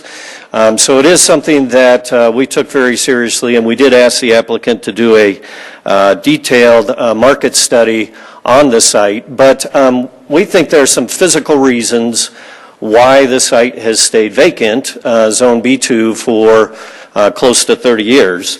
And a number of those is the market area. Certainly you've heard the adage that retail follows rooftops. In this case, if you look at a 1-mile radius around this site, there's not a lot of rooftops. There's the McClellan Reservoir takes up a big portion of the area. There's the freeway corridor, which is rather quite wide, C470. So there really isn't a market area, particularly for retail use that's supposed to be geared towards an adjacent community. Some of the other issues is the topography of the site. This site is rather steep. It drops from the east to the west of 55 feet. That's a difficult site to develop for a retail use.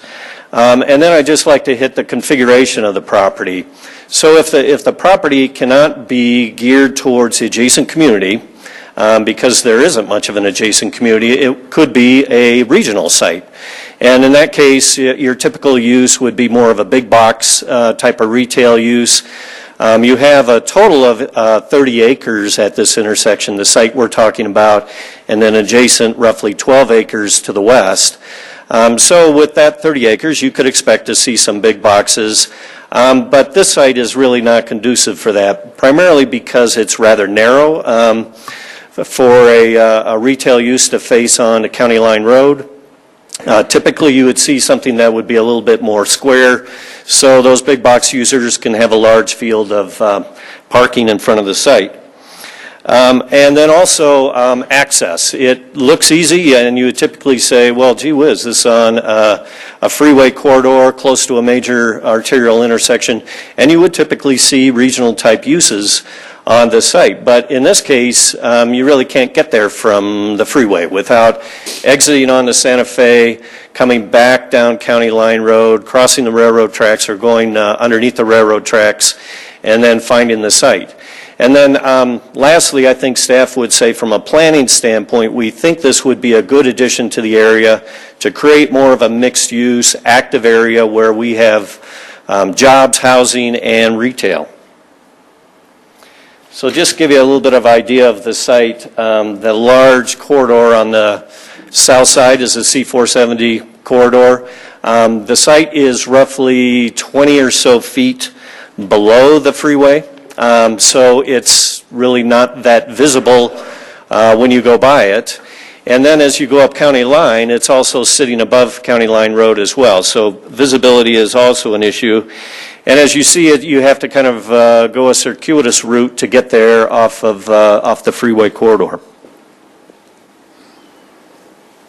One thing I failed to mention is on the table on the right, just to show you some of the basic changes from going from B2 and what's allowed and what's proposed and restricted in the plan development. There's really a lowering of intensity of use in this case. As you can see, the trips drop off, the vehicle trips drop off enormously. We've increased the open space on the site. We put setbacks in place that aren't there under the B2. And the floor area ratio comes down considerably. So there is also a lessening of the intensity. Just to illustrate one of the things that's in the plan development, because the site is so steep, the applicant is actually stepping the buildings to try and make up for those changes in grade. So it gets kind of complicated when it comes to measuring the height. So there is this provision in the plan development where the maximum height to the top of the roof would be no greater than 55 feet. Typically, it would be 45 feet as we measure by code to the average thickness of the roof, if you will, but that would change based on as the grade changes. So that's why we decided that the applicant should really provide a little bit more detail, particularly on height.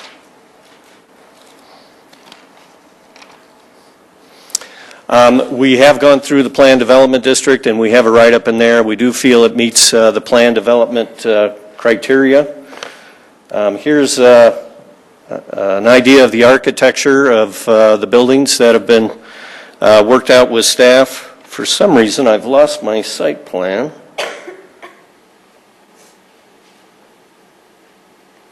Well, you know what it is. It's a great site plan.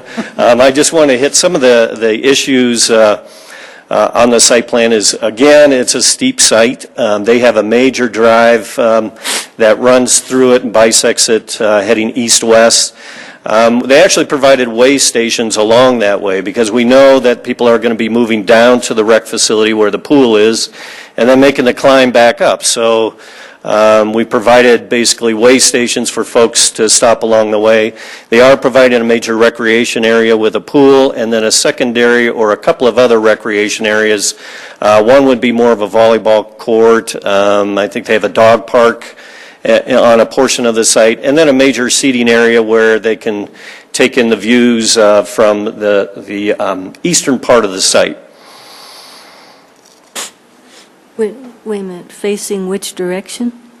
If you're facing to the west. If you'll see up on the eastern part of the site, there's a portico, a covered area. It's going to be a seating area, and so you basically have a view as the buildings drop below you. You will have a view of the mountains to the west. Okay, so can I ask a question now? Sure. So when the other site then, which is west of that, gets built, what will happen to their view? Well, ultimately, we'll see what the height of those buildings are, but this is, if you're at the east end of this building, you're roughly 55 feet above that site. So I think you'll still have views over the remaining, over the retail portion. Now, if you certainly approve a hotel that's 8-10 stories, then perhaps part of that would be blocked. But that's yet to be seen. One of the other things I want to mention is, they're not pictured here, but there are carriage units that are along County Line Road, and those would be 2-story units. Oh, actually they are. They're in the center, bottom center of your pictures. And there would be garages underneath, and you would basically have a walk up to a unit above. So the height of the buildings will step down to County Line, so they won't all be 3-story buildings up against the roadway. Glenn? Yes, sir. It may be covered later, but parking, car slots, garage slots, those kinds of issues, which were a major discussion item the last time. What is, I couldn't find the numbers, I may have missed it in what was presented. I'm sorry. Yes, the parking is provided at 1.6 spaces per unit, which actually exceeds our code of 1.5. So they are providing in excess of our code. And that would be per unit, so it could be a 3-bedroom unit, it could be a 2-bedroom unit. Right. It's It not would per be an bedroom. average. It's not per bedroom. It is not per bedroom. So one of the things we look at is the comprehensive plan, and in this case, this is part of the South Neighborhood Plan. The red star shows its location. It's on the very edge of the city. And there's a number of pertinent conditions that are part of the part of the comprehensive plan. And we feel it meets these criteria, and number one being that we provide separate pedestrian linkages. One of the things that is amenity to this project is they're not providing direct linkage to the Highline Canal Regional Trail, but there would be an easy access around the site under, I believe it's Primo Road. It would provide access to that major trail.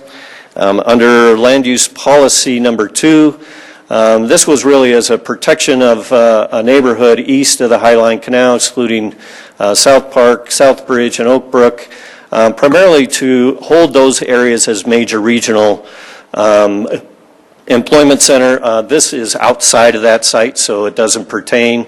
Number 3 is kind of that protectionist area where the area located north of Jameson Avenue, west of Broadway Road, to retain the residential character and don't encroach with employment or retail uses. Again, this isn't a part of that site. That residential development in the area provides a mix of housing types in a manner that preserves and enhances the character of existing residential areas. As I mentioned, we don't have any existing adjacent residential areas, and the applicant will show you that really within this planning area there's only one other multifamily site. So we do feel that this adds to the mix of housing.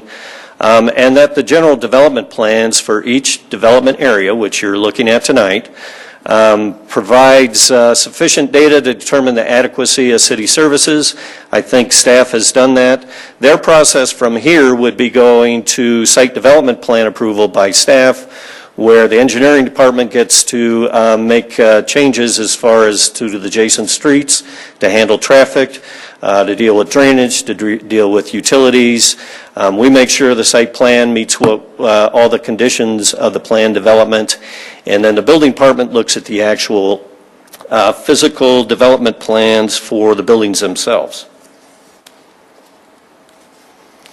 So finally with that, because we feel it does meet the comprehensive plan and the plan development requirements, staff is recommending approval. The Planning Commission, or excuse me, the Planning Board reviewed this back on February 11th of 2013, and they are passing on a recommendation of approval by a vote of 7-0. So with that, Mayor and Council, I'd be happy to answer any questions. Bruce? Just when I'm reviewing these, because of the way they're arranged on the iPad, when you have a narrative of some kind, like you just presented just previously when you were talking about goals and those kinds of things, I don't know who the author is. I don't know where it came from, so I don't know whether it was, presented by staff or presented by one of the other folks who were putting information into the packet. It would just be really helpful if maybe down on the bottom or something it just had a tagline to who owned that information. I get you. Okay. Because I wasn't sure if that was something staff had presented or whether that was presented by the applicant in argument for their application. So this is verbatim your comprehensive plan for that south neighborhood. Yeah, and so then I'd know where that was from. Right, I hear you. Good point. Bill? Yes, Glenn, can you, because these are a little tough to navigate, the referral letter from South Suburban, from Brett? Mm-hmm. He talks about a possible connection from the property, and you mentioned using Primo Road in lieu of Brett's suggestion. Can you explain that? Well, if Brett, our concern was we weren't sure whether we could directly access the site. I think it was an issue of a licensure. So if they are more than willing to allow it, I think we can provide direct access. But the applicant just stated, and you can, well, the site plan has appeared. But over on the right-hand side of the site plan is what's Primo Road, and that goes back to the Verona patio home development, and from there you could directly access the trail. But if there's a way to go directly from the site, we thought there was going to be some legal issues, but if they're not, I think the applicant would be more than happy to provide direct access to that Okay, site. well, label that as a question to bring up in second reading in your response and comments, please. Okay. Jerry, are you done, Phil? Yes. Jerry. And this is your report, right? The staff report here? Yes. So on page 3 of your report, number 2, where you reference the 4% vacancies, where are you getting your information from? We got that from a couple of different places. One was it's in the applicant's market study. It's on page 39 of their market study of housing vacancies in the Denver region, but also specifically Littleton. And then also there was an article just recently in the Denver Post that has a similar number. So we felt that that number's been verified. Well, I agree with it. I was just wondering where you got yours. Okay. And then also on page 2, let's see, line 36 and 37, I believe this is under planning board questions. So on line 36, 37. You're at the minutes, council member? Yes, I am. Okay. Under questions, on the left where you're with line numbers, which I think are great. Page 2 of the Planning Commission.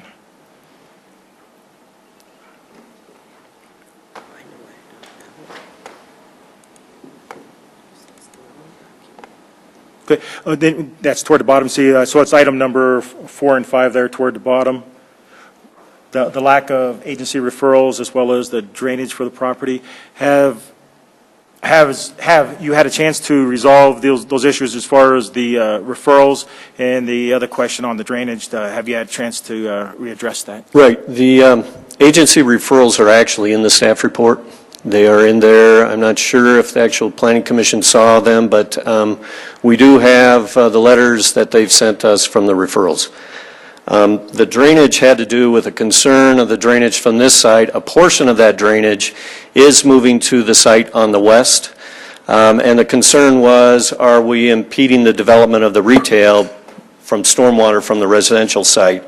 We did regroup with staff and look at that. And actually, it's a very small amount. It's roughly 20,000 cubic feet that's leaving this site. And there's an existing pipe. It's actually the site. The two sites are kind of planned together. It does go into the adjacent retail site. However, they're required to provide 20% of that site as open space, so roughly 2.4 acres has to be open space on that site, and this 20,000 square feet really won't affect the development of that site. Last questions then on page, I guess it's, okay, I think we're still on the Planning Commission. Page 3, line item 18, line item 22, were the standards for the minimum setbacks. The Planning Commission was having some issues with that, as well as some clarification on the drainage easements. Have you had a chance to go back and review that as well? We have, actually, and we just have not had a chance to go over those with the applicant, but when you get to second review, we will provide some recommended changes that will address the standards that are in their plan development to make sure this site is developed this way. Great, thank you. Thank you, Mayor. Thank you. Bruce?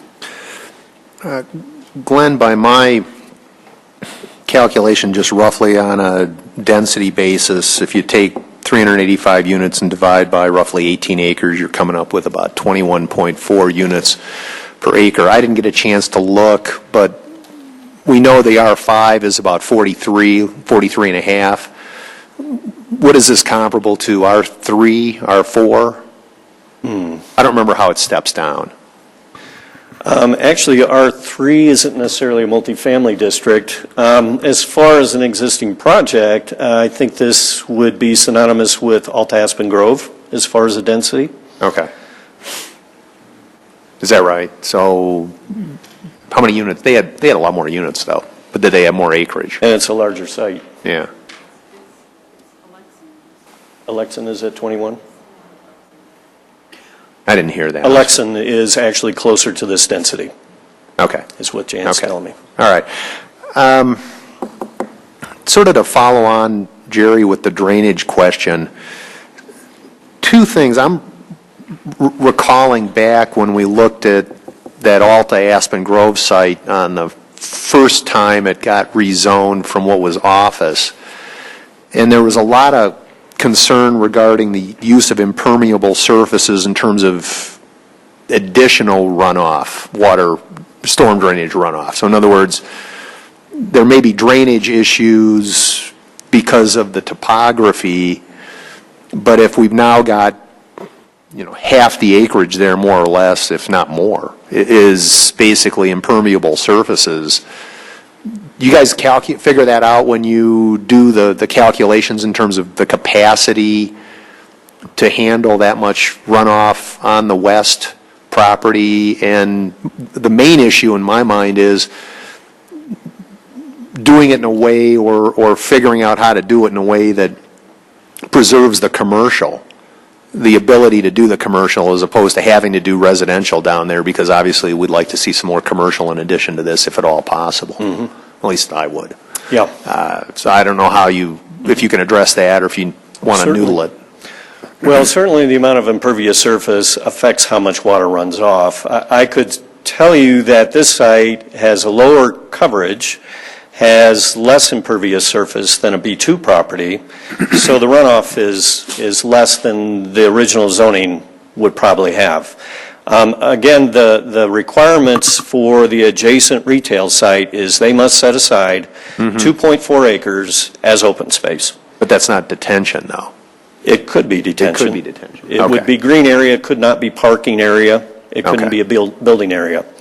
So a portion of that 2.4 acres will handle this water, and I believe some is actually coming across from the other side of county line is also going on to that site, because there is a goal in our drainage requirements that if we can provide one basin to serve many sites, that's better than a bunch of separate basins, and the city ends up possibly maintaining those. So, where does it go after it ends up on the west side? Then it would go bleed off into, there's actually a CDOT retention area right adjacent to it. So it would be held on the west side, and then it would bleed off onto CDOT's property. Okay. Okay. It really is a shame the scouts didn't stay for this. Yeah. Yeah. One of the comments in here, what page are we on here? Just a second. Well, I guess it's page 65 of the packet. It's the executive summary page, if that helps. Oops. Of the applicant's summary? Yeah, I believe that's correct. Yeah. It talks about access challenged and no north-south connectivity. And I guess my question is sort of a couple of, I don't know, when you look at the access, when you look at proximity to C470, does anybody anticipate, and I guess I do view this something of a land use question. I mean, if we're going to put, PDR, somewhat dense residential in this particular location, presumably it's in everybody's best interest, not just the developers, to have at least. So if this is somewhat secluded or not easily accessible, it's not overly visible, it's got some of the noise issues with C470 perhaps. We dealt with this, I think, a little bit on Alexan, where Rio Grande, where they were right next to the railroad tracks, and there was a lot of soundproofing that was part and parcel. I didn't see a lot of soundproofing in here, so I guess maybe two questions. Has staff talked about the accessibility issues in terms of what theoretically could happen with leasing, and is there any plan to mitigate excess sound that would make it theoretically more attractive to lease If you could talk about that. Sure. As far as the accessibility, certainly a residential project is much different than a retail project, is that you know where your home is, so you find the site. It's not necessarily I'm driving by, I see something, and I come, I jump off the road and I go buy whatever I need to buy. So I think the visibility and the accessibility is not as key with a multifamily residential parcel. The second question was... Soundproofing. Soundproofing, yes. We did talk to them about that. Actually, our building codes require a noise mitigation from those units of roughly about 25, 30 decibels.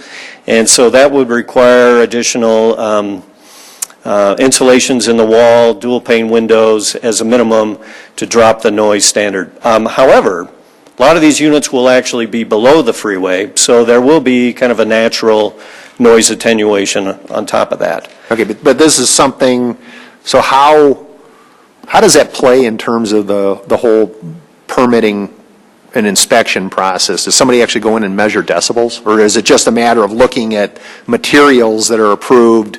Okay. Correct. Okay. There's basically a table that says if you build with this type of construction, there's a drop of this amount of decibels. All right, good. And then the last thing I'll ask is, we've sort of run into this periodically, at least we've run into it on a couple of these that I can remember, not the least of which was the last one we just did where Councilmember Cernanek made a motion to stipulate that the plan, that the zoning had to include a design and a construction and design that's materially or substantially consistent with what the renderings are being presented and so forth and so on. I guess it seems like, I don't know quite why, well, I sort of do know why, but we seem to have to do this every time to make sure that if we're going to approve this under hypothetically we go through this and we decide we want to approve. But what we want to make sure happens is that what's being presented happens. Can you talk us through a little bit of the whole design review process to make sure that if, we need that motion such that the developer can't then get the zoning and sell the property and somebody can build something that's completely different than what was being anticipated, but yet has the zoning to do what he or she wants to do? Right. I think part of that is a shortcoming of our existing plan development requirements, and I've read this over like 3 or 4 times, but it actually requires written standards. And the first couple of sheets of your plan development is written standards, but there's nothing about graphic standards that we shall hold the zoning to. So until we change that code, I think it would be prudent that we do provide additional conditions to make sure what you're seeing is what you get. And it's pretty hard to show you a project based on written standards.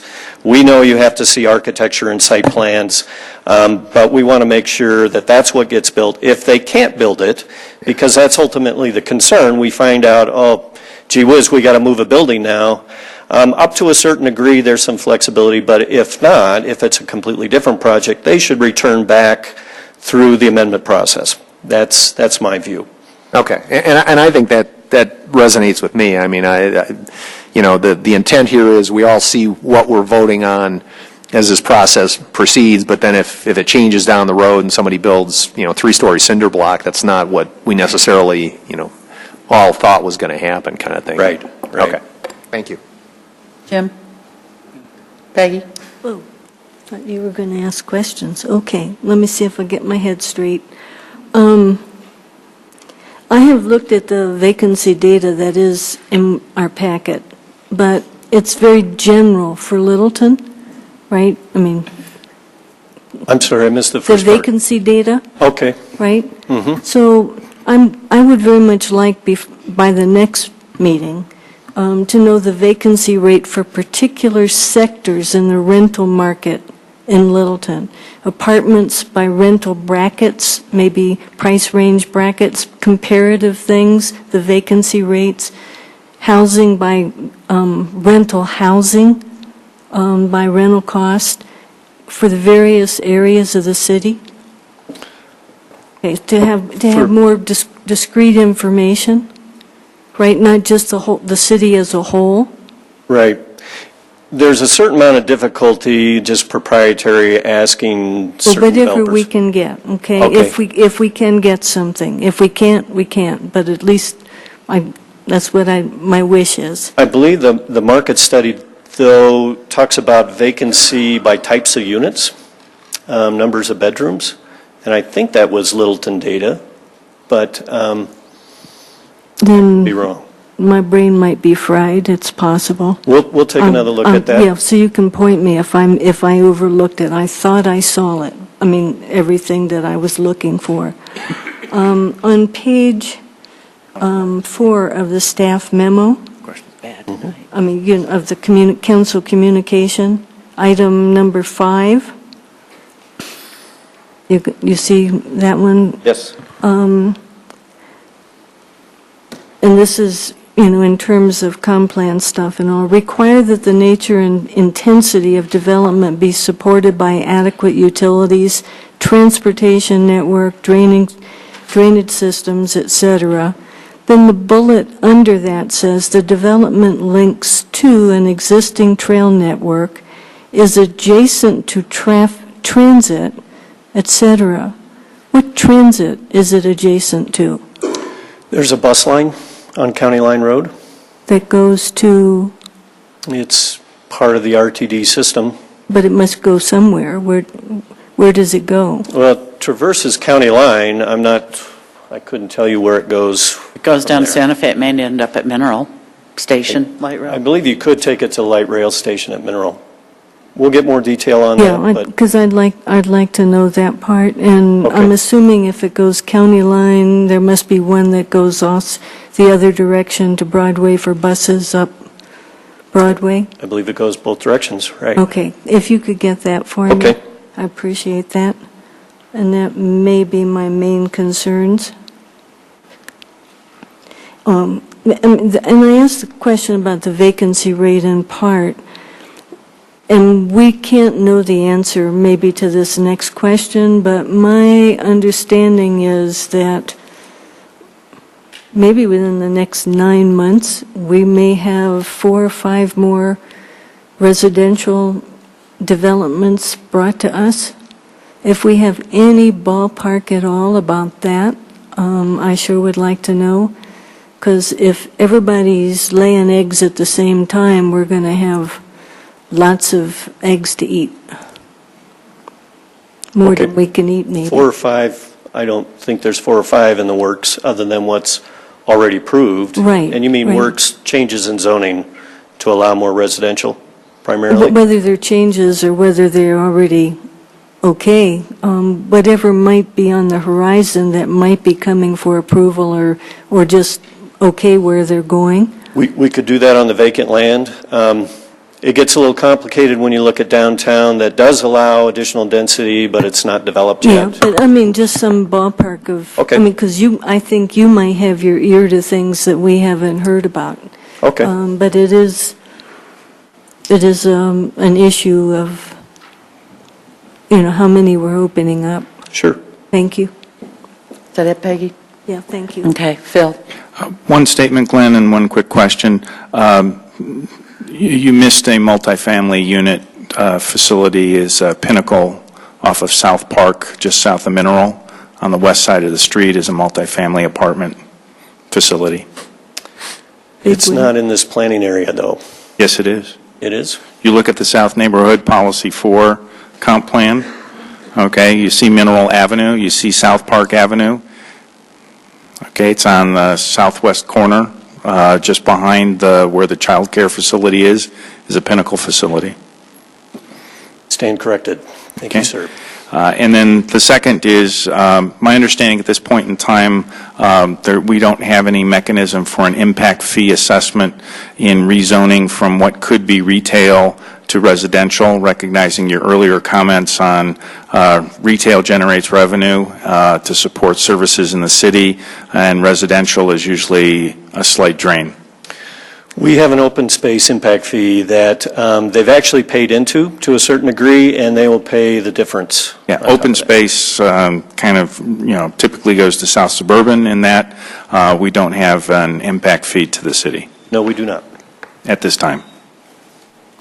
Jerry? Or no, Bruce?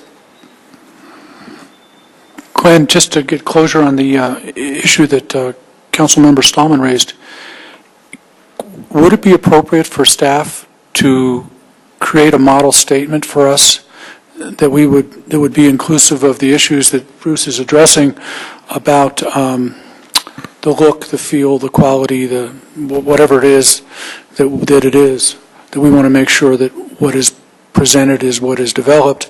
If substantial changes are made, there's another path to go down. Mayor, if I can jump in here, I apologize, Glenn. I think the answer is no.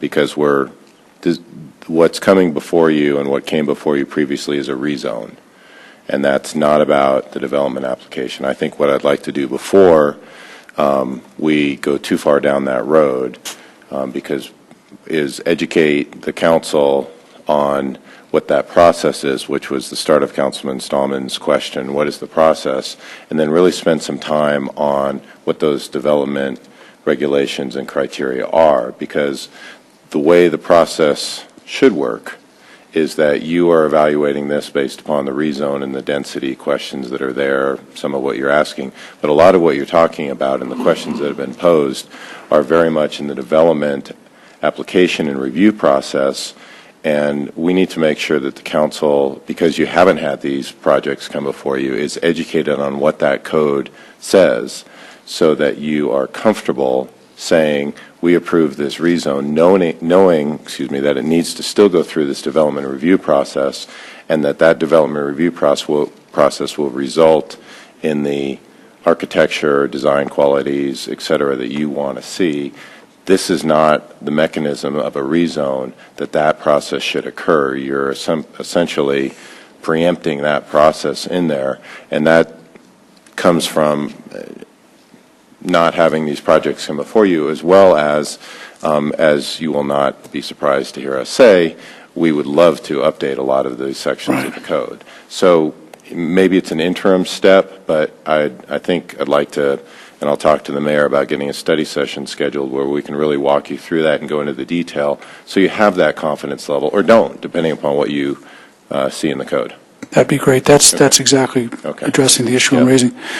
The other is, just since this is the first opportunity I've had to see this, although I know we're all aware of it, if you put the overhead chart up that's in color that shows the buildings and their locations, it's somewhere real close there. No, right there. When you look at that, you know the developer, and this would be any developer, probably is trying to maximize the available space for whatever their purpose is.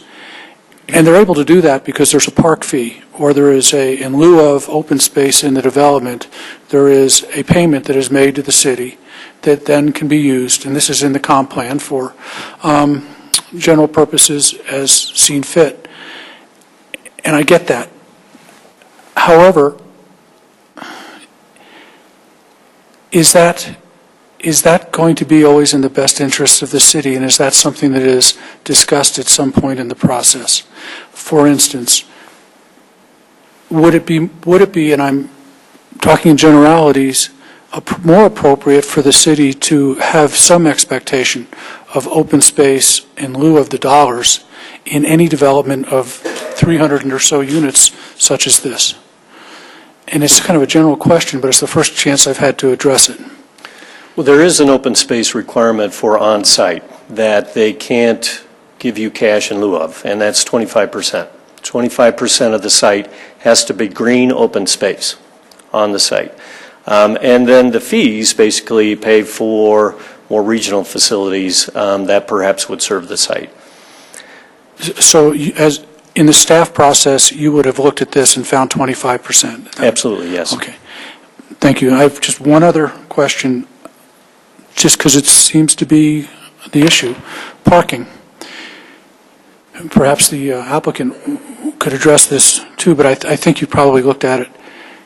we have found in these developments like this that there are opportunities arise where there's a need for overflow parking. It's just not possible within the confines of the area. Well, this is kind of an island. It's down off of Erickson. I'm not sure what the parking arrangements are along Erickson. Certainly couldn't park on County Line, I do not believe. No. So what is this entity going to do on Super Bowl Sunday when a lot of people are over at the facility or in the apartments and there's an excess of parking?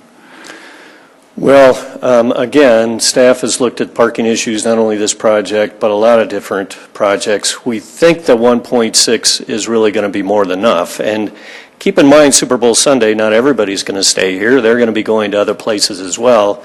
So I think you'll find on an average that there would not be a need to park somewhere off-site. I think that would really be an unusual situation.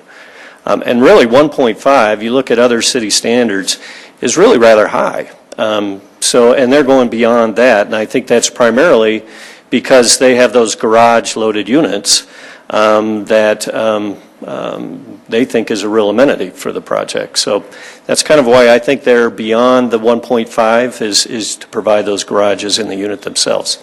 Okay. I'll be looking for that because I think that could be a safety and as well as other type of issue for down there. Any other questions? I have one quick question, Glenn. You didn't, I don't believe I heard you mention this, but it's written up in the packet that these will allow for future ownership for potential ownership because they are going to condominium map these? Yes. Okay. That is true. Okay, great. Thank you. Mayor. Okay, any other? Yes. Just one thing on Councilman Beckman's question. I mean, keep in mind they also exceed the code requirement on parking, so they've met that condition. And to Councilman Cole's question, Route 403 is the Wildcat Crosstown that runs from I-25 down into Highlands Ranch and comes up via Broadway through County Line Road to Mineral, as the mayor guessed as the end route. But it's Route 403 if you would like to check. Thanks, Mayor. Okay, does the applicant have anything?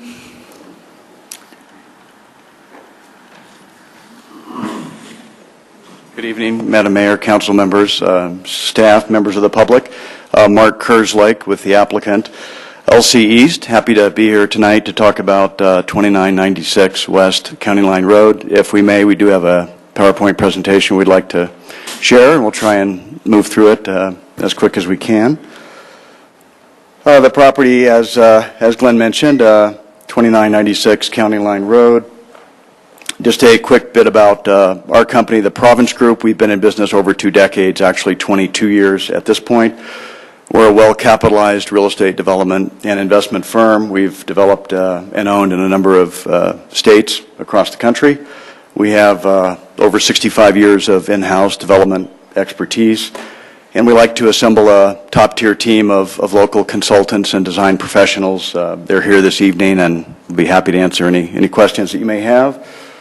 Just some quick images of some other projects that we've developed around the country. The lower left-hand image was a Gold Nugget Award-winning community. The middle bottom was a landmark building that we developed as well, so just some sample imagery. We tend to like areas with high demographics and infill sites such as this and such as Littleton. So again, about the site, we're on the very edge of town. The city limit here is the red border. There are only 3 sites south of County Line Road that are in your city, and we own 2 of them. So we're at the very edge of the city. Douglas County is our neighbor to the south and to our east. Going back to the south neighborhood for a moment, this is the 2,000-acre sub-area of the comp plan in which we fall. Again, in the lower left-hand image you can see our site bounded in red, the only property south of County Line in that area. And just to clarify, the Pinnacle community that you referenced was converted to ownership. So I think the point was there's only one multifamily community in this 2,000 acres that's a rental community, and that's indicated by the red star. That's the Monte Vista Apartments on Mineral across from the CenturyLink facility. So I guess Glenn and we're both right, but there is only one rental community in this 2,000-acre south neighborhood, and I think that's pretty notable that there is only one existing today in the 2,000-acre south neighborhood. Getting a little tighter image here, again the site southeast corner of County Line and Erickson, bounded here in red, and really no direct neighbors around us. The closest Littleton resident is about a half a mile away from us. To our south, C470, beyond that, the Erickson retirement community. To the west is the 12-acre B2 site that we also own. Both of these properties have been zoned B2 since the mid-'80s. We plan to keep the western 12 acres as B2, and we'll chat a little bit about that and how they interact later. To the west of that, of course, is Santa Fe, and you can see the flyover ramps in this image. To the north is the South Park Business Park. McClellan Reservoir kind of to the northeast in this image, and to our east, again, is Douglas County. That's where a condominium community called Verona is being constructed at this time. So the viability of this site as B2, it has sat undeveloped for the 30 years that it's had the B2 zoning. We think there are a couple of reasons why the B2 on the 18 acres does not work. The first are the physical constraints, which I'm going to speak to, and the second are the market limitations, the market fundamentals, and we have a retail commercial expert here tonight who will speak to that. So as to the physical constraints, as Glenn indicated, the site actually lies 30 feet below C470, and most of the site is below county line. That really impairs its visibility, which is a key component of commercial development, so the site does not have great visibility. The topography, as was mentioned, we have 55 feet of crossfall going east to west. That makes it extremely difficult to develop for commercial, which requires large, flat building pads for buildings and large flat parking lots. Very difficult to accommodate when you have 55 feet of fall. And the access, as was discussed, the access is very challenged. Erickson is only 400 yards long. It dead ends south of us at Plaza. It dead ends right at us at County Line Road. So there is no north-south connectivity, unlike a Santa Fe or a Broadway, which are your major commercial corridors. And then County Line itself, on an east-west axis, there are very few commercial synergies that exist along County Line. So just graphically to show you these real quick, the site does lie in a bit of a bowl. The upper image is taken along County Line Road, looking southeast. That's the sidewalk on the right-hand edge of the image. That's the sidewalk along County Line. You can see that it drops down about 15 feet to the site. Right above the word site, by the way, is the Erickson overpass, so that's just to get you oriented. The lower image is taken from County Line looking directly south towards C470, and you can see we're pretty consistently 30 feet below it. I think it ranges from 29 to 32 feet across our entire southern boundary. This upper right-hand image again shows the embankment leading up to the highway and the off-ramp sign there. This is the low point of the site where the 55 feet of fall comes. We're standing on Erickson. That's the curb of Erickson. So we're in the very southwest corner of the property. And this last image is looking west from the shoulder of C470. Again, the embankment looking down to the site. Above the site, you can see the Hampton Inn and Suites right above the word site. Again, the north-south connectivity or lack thereof, there's Erickson. It's 400 yards long. Does not provide that sort of north-south connectivity offered by a Santa Fe or a Broadway. So those are the physical constraints that has obviously limited development for 3 decades on this property under the B2 use. And at this time, I wanted to introduce one of the preeminent retail brokerage firms in the Denver metro area, David Hicks Lambert. And Alan Lambert, one of their principals, is here this evening, would like to speak with you about some of the market challenges. Good evening. Good evening. I'm Alan Lambert with David Hicks and Lambert. I'm a managing partner of a retail brokerage firm in Greenwood Village. Mayor, council members, staff. I've been working on this site actually for over 6 years. I was working for a previous contract purchaser when Erickson still owned the property. It had been in and out of contract several times. They had hired me to go after the retail anchors that would put together a power center of this size. A 31-acre site should hold about 300,000 square feet. So you would typically need to find an anchor such as a Walmart, a Costco, or a Kohl's. We went after probably 5 or 6 different users and found many things that were really inherent about the site that really pushed the anchors away. You'll notice there was a Target that landed south of us. We were talking to them at one time. Costco was on our plate at one time. They landed north of us at Sheridan. Walmart has been kind of bouncing back and forth, and you may well see them again. But one of the things, and everyone has kind of touched on it, the configuration of the site, the lack of the north-south connectivity, but also you've got barriers that patrons can't cross. And retailers know this. Normal public may not really know this, but if you live in Highlands Ranch, you view C-470 as a barrier. So you typically don't shop north of there.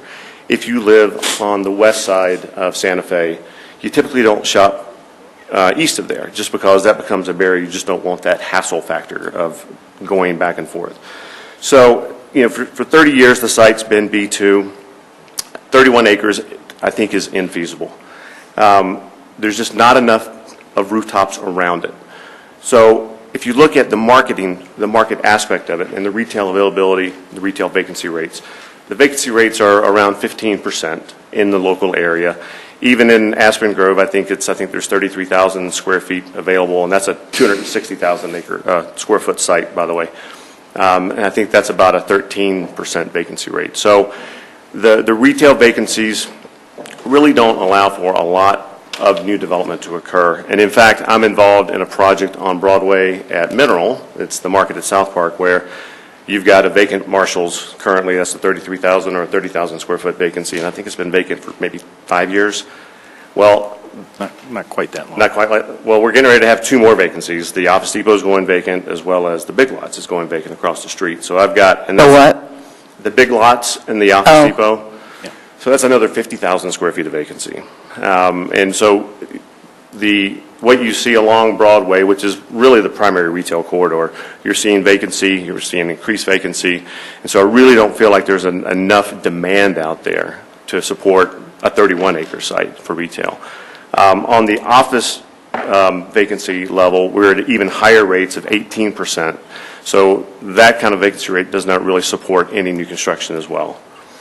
The last slide I'll show you here is it kind of depicts all of the retail in the area. You'll see everything that's happened to the south in Highlands Ranch.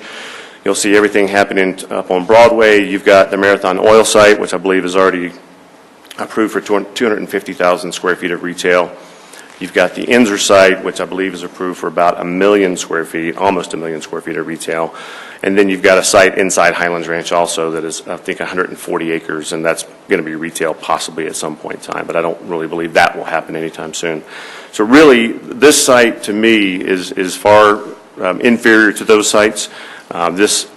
Those sites would be cannibalization, would cannibalize our site, for instance. And so, to me, this 12-acre site remaining will be more of a local community site that will be utilized by the residents of Mark's complex, the Windcrest residents, the businesses that surround in South Park. We're probably going to see hotels, banks, restaurants, possibly a drugstore for the remaining 12 acres. So that's kind of my vision, and again, I've been working on it for quite a while, and I'm really happy to see where it's come to. I think a 12-acre site is much more manageable than a 31-acre site. Thank you, and if you have any questions, I'd be happy to answer those. Thank you. Any questions? Yes. Jerry? You had mentioned that Aspen Grove is about 15% vacancy. Then what, no, about 13, I believe. Oh, 13, thereabouts, okay. And then for South Glen, what would the vacancy be over there? South Glen, I would bet that is probably between 15 and 20% vacant. And then Highlands Ranch, like north of Target, but south of, what is that, Highlands Ranch Road or whatever that is? Parkway. Parkway, yeah. The vacancy there. Several shopping areas over there. Yeah, I think it's probably running in the 10 to 12% vacant rate. And the norm throughout the Denver area is what again? For Denver, it is probably in the mid-teens, but it's been shrinking slowly, but we're probably about the same as what we're seeing. Pockets of Denver, for instance, downtown, Cherry Creek North, Colorado Boulevard, those are probably running below 8%.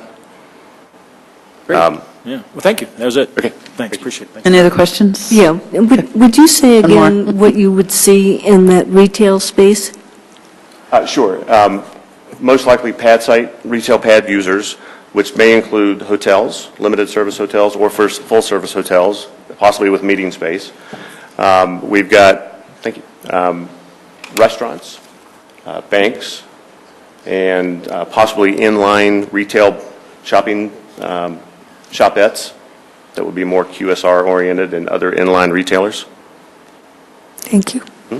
Anything else? Thank you. Just to go back for a quick minute to the Ensor property, the sod farm as it's known at Santa Fe and Mineral, and then the Marathon site.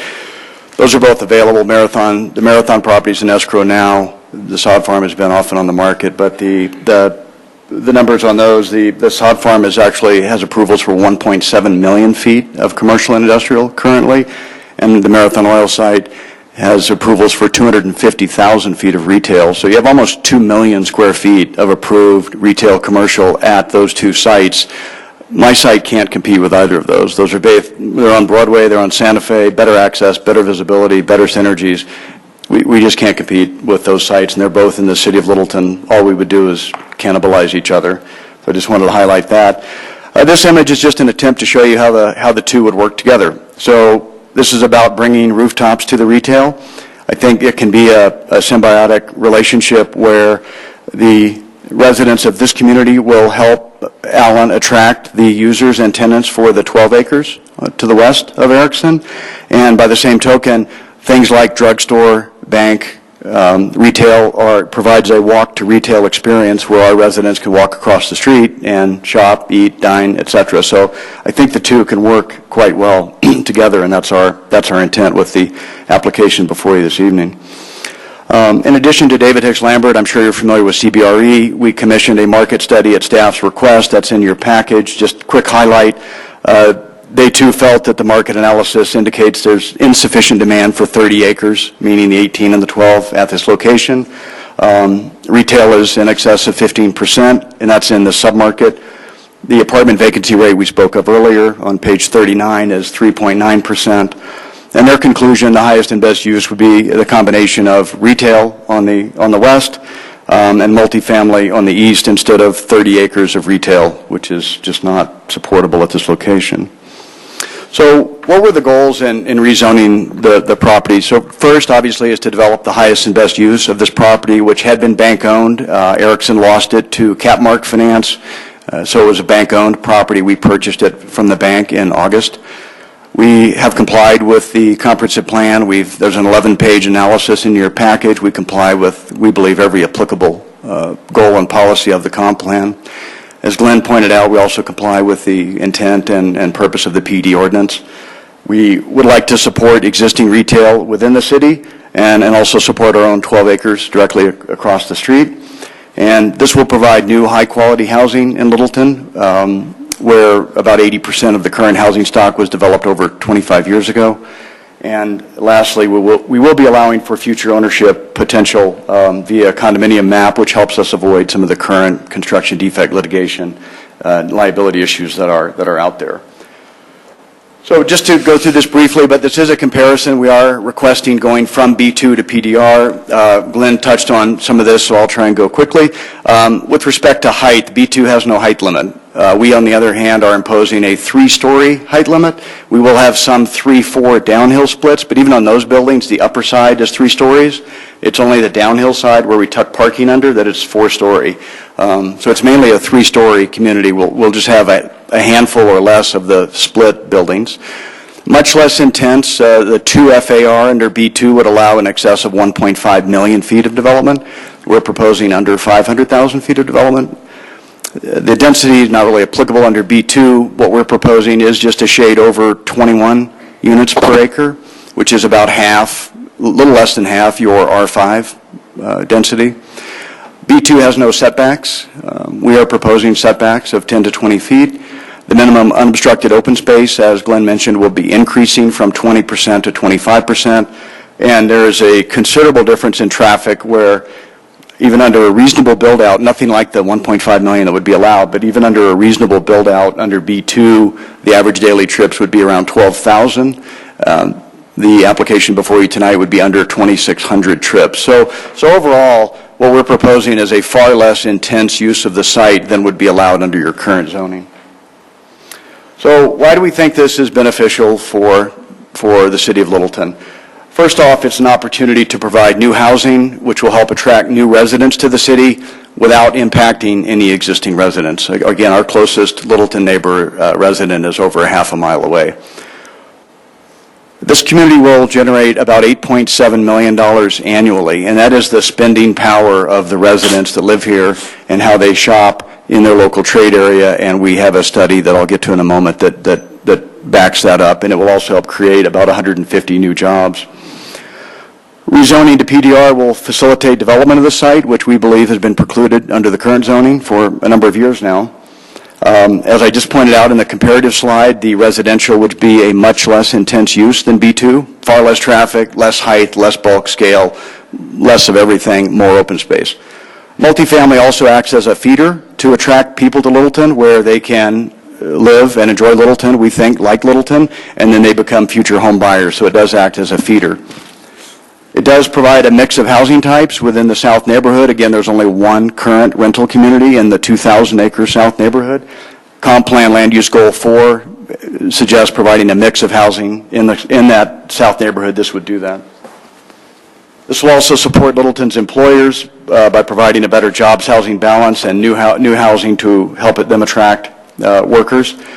These new residents will also help support your existing retail at Aspen Grove, which again has 33,000 feet available last time we checked. It will also help the downtown merchants as well as your commercial corridors along Broadway and Santa Fe. This will also help jumpstart the 12 acres across the street, so we think it's important to our success on the 12-acre site. This is a convenient residential location. It's on the very edge of town, and we're close to transportation. And we will incorporate a number of green features in the community, such as low-flow plumbing fixtures, energy-efficient appliances, windows, and insulation. This is the study I mentioned earlier. We commissioned from the National Association of Home Builders, their housing policy department. They've generated over 700 of these reports since they created the model in 1996 and have done so for a number of different municipalities across the country. This was a site-specific study for the 385 units in Littleton Commons we're proposing.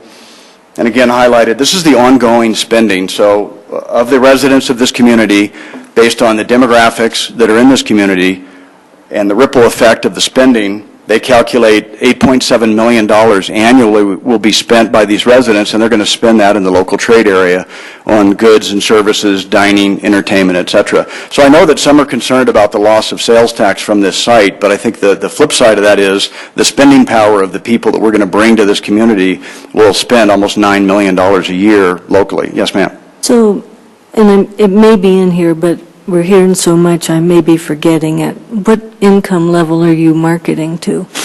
Well, I'll get to that in just a second. We do have some demographics to share with you as well, but well, I'll just get to that now. So the other was the 150 jobs that were supported by this spending. So this is real data we were able to get from the most recent community out to Aspen Grove, the other Class A community behind the Aspen Grove Shopping Center. We got this from Wood Partners, the developer of that community, and bracketed in yellow is the average income of their residents in excess of $117,000. So I think you can see this helps verify that spending power that the NAHB study points out.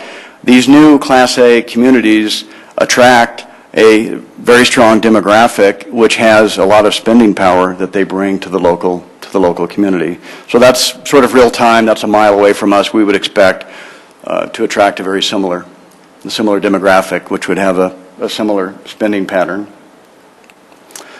So did that answer your question?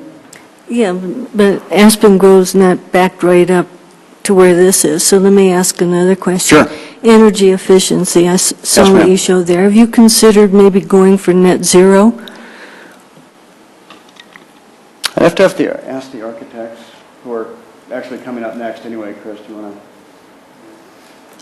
address that? You know, we do, employ a number of energy-efficient features, as I mentioned. We'll also be using, we have Norris Design, who's our landscape design architect, and we'll be using, a number of drought-tolerant, plant materials as well. But let me, Chris, do you want to come up and you can speak to that as well? Let me just introduce Kephart Architects, Denver-based, as the project architect. Chris Grady, one of their principals. We're proud to have Kephart on our team. They were just named the 2012 Architect of the Year by Builder and Developer magazine, and Chris can speak to that as well as walk you through the site plan and architecture that we've proposed. Chris. Thank you, Mark. Councilmember Cole, let me get through the presentation and I'll get back to your questions. Is that okay? Good evening, Mayor Brinkman, council members. My name is Chris Grady. I'm with Kephart Community Planning Architecture, 2555 Walnut Street, Denver 80205. Why Kephart? Province Group has included us as part of the team because we are residential design experts with a very special emphasis on multifamily design. Kephart has designed over 400,000 living units over the last 40 years. We've received numerous awards for multifamily housing design, including our most recent recognition as 2012 Architect of the Year by Builder and Developer magazine. Kephart speaks locally and nationally. We've written numerous articles on relevant design issues for local and national publications, and we serve on many local and national committees and councils. Kephart is committed to excellence in design. We also seek to work closely with our clients and our municipalities, and we're committed to a high level of service to the communities we serve. What are the land planning and design goals at Littleton Commons? First, working creatively with challenging topography. The second, creating a great walkable neighborhood with a spine road punctuated by 2 entry points. Number 3, providing a series of gathering areas and great usable amenities. Number 4, designing timeless and attractive architecture. And number 5, creating floor plans which appeal to a wide range of residents.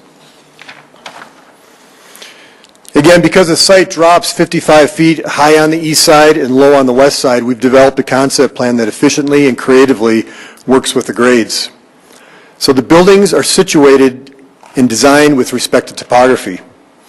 The site plan features 3-story buildings on grade, downhill splits, and that is a building that is 3 stories on the high side and 4 stories on the low side. And we've also included 2-story carriage units, which is a living unit over the garage. All buildings do include some attached garages. And as you look at the site plan, varying the building size really breaks up the massing of the neighborhood. The residences are organized around internally situated parking or motor courts with open parking and detached garages. These courts provide most of the resident parking and are screened from public view, particularly along County Line by the carriage units. And again, as Glenn had mentioned, we are providing parking in excess of city requirements. It's actually at 1.65 spaces per unit.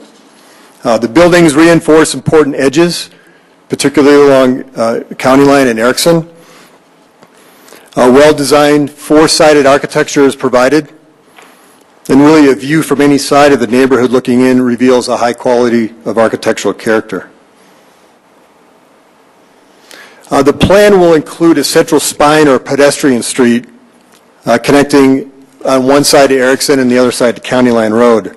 The street will be well landscaped, including softscape and hardscape, include detached sidewalks and attached sidewalks on both sides, with pockets of parallel guest parking as well.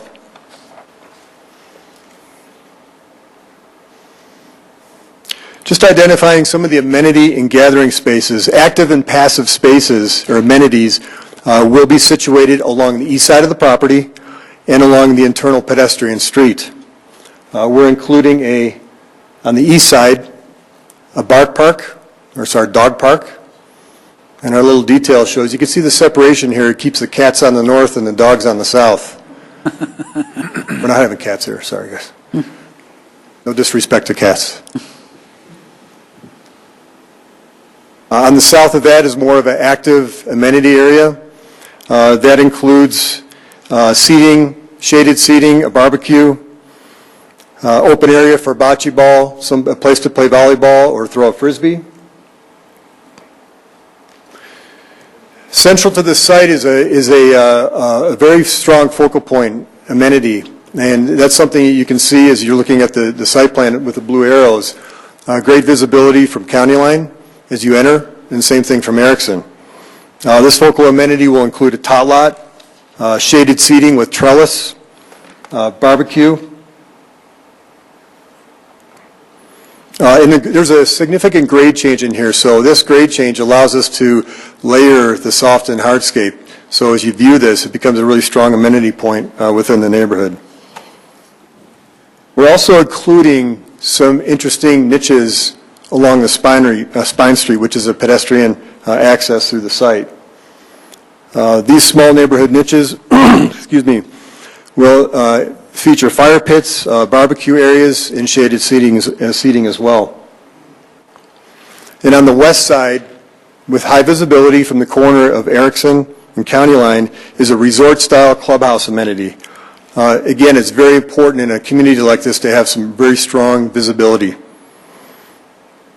So within this, we're looking at an approximately 5,000 square foot clubhouse building, one story. This building will include leasing, fitness and recreation, and the outdoor area will include a spa, pool, barbecue, and open lawn. Again, the entire project will be well landscaped. Some of the conceptual elevations included in the GPDP document, we're featuring high quality, four-sided design. Again, predominantly three-story with downhill splits, well-articulated and expressed entries on the buildings, well-composed massing and roofline breaks, and all the buildings will feature exterior decks and patios and variety in material and color. All of the design elements and intended character are outlined in the GPDP document, which ensures the quality of the residences. We have not gotten far enough in our architectural design when we talk about some of the energy efficiency qualities of the buildings, but we will be working through that with our client and staff as well. Just another conceptual elevation of the clubhouse from the pool deck. This would be looking south. Key architectural components include massing and detailing and color, which complement the primary buildings. Again, the two-story carriage buildings, these help to define the edge along County Line Road, and they also help to mitigate views into parking courts. And the character detail will be similar to the primary residences. So in essence, we're really looking to create a great neighborhood which the city of Littleton and we can be proud of. Our team is here to answer additional questions about the concept plan and about the architectural vision. And I'll just turn this over to Mark for some final remarks. Thank you. Questions? Could we ask you We some have questions? a few questions. Do you want to stay for a second? Jim? The only garages that are shown are with your carriage houses. Did you say that the parking for all of the other units is going to be underneath? I could see nothing in your conceptual designs that showed where that may be an entry. Yeah. You're looking at a roof plan illustrative design. All of the buildings you see on the site do contain attached garages. We also, within the motor courts, have detached garages as well. So you have attached within the buildings, you have, which is the primary residential building and a carriage building. And then you have detached garages within the motor courts, and the rest is open parking within the motor courts and along the Spine Road as guest parking. Any other questions? Peggy? Yeah. In terms of the play areas, you mentioned volleyball, maybe, but this is quite a ways from lots of places. What about a place to play baseball or rugby or soccer or things like that? And tennis courts, I'm not sure if I don't think I saw those. And then, is the pool going to be heated? Do not know the answer about the pool being heated. Perhaps somebody else from Littleton staff could talk about more of the regional amenities with regard to soccer and baseball. There are other facilities within Littleton for that, and these amenities are targeted and geared toward the residents of Littleton Commons. Well, no, but I figured you're going to have enough residents. There are people like me that would like to be out there. And despite the way I look, I know I look old, I am, but I like to myself. So I assume the people that would live here might, on 4th of July and lots of other days, like to get out and engage in something or other. And the pool, I mentioned that. It's one of the things I think Aspen Grove didn't do right, was to have either a pool that was accessible all year round. Given how far out that is, people aren't going to just pop to a couple of other places that a lot of other Littleton people might want to go to swim or something. So I'm just trying to look at those things. And I can't quite picture the balconies, how big they are. People would have, I assume, a barbecue place possibly on their balcony? Yeah, there's space for a barbecue on a balcony. Yeah. Yes. And each unit will have either a patio or a balcony. Thank you. Yes.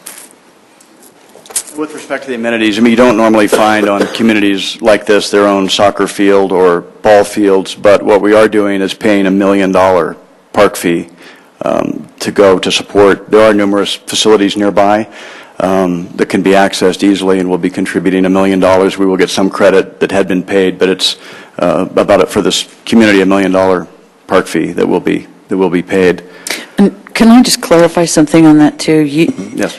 The amenities in this development are for those residents. Yes, ma'am. They're not public. Correct. Okay. That's correct. So last slide, I promise. You've been very patient and attentive. I appreciate that. So just in closing, to summarize our application, the benefits we think, again, are adding new residents without impacting existing residents. Providing an $8.7 million ongoing annual economic input, which helps support or create 150 jobs as well. This will provide new consumers to help support existing retail and local businesses. New residents to Littleton equals new spending.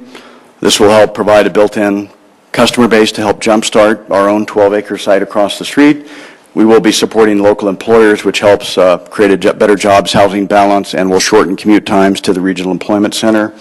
And then lastly, talking about the South neighborhood, providing a mix of housing types, which is consistent with the comp plan in the 2,000-acre South neighborhood.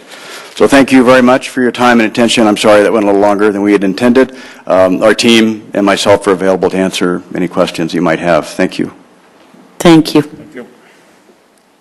Council, do you have any more questions for the applicant or staff? Phil?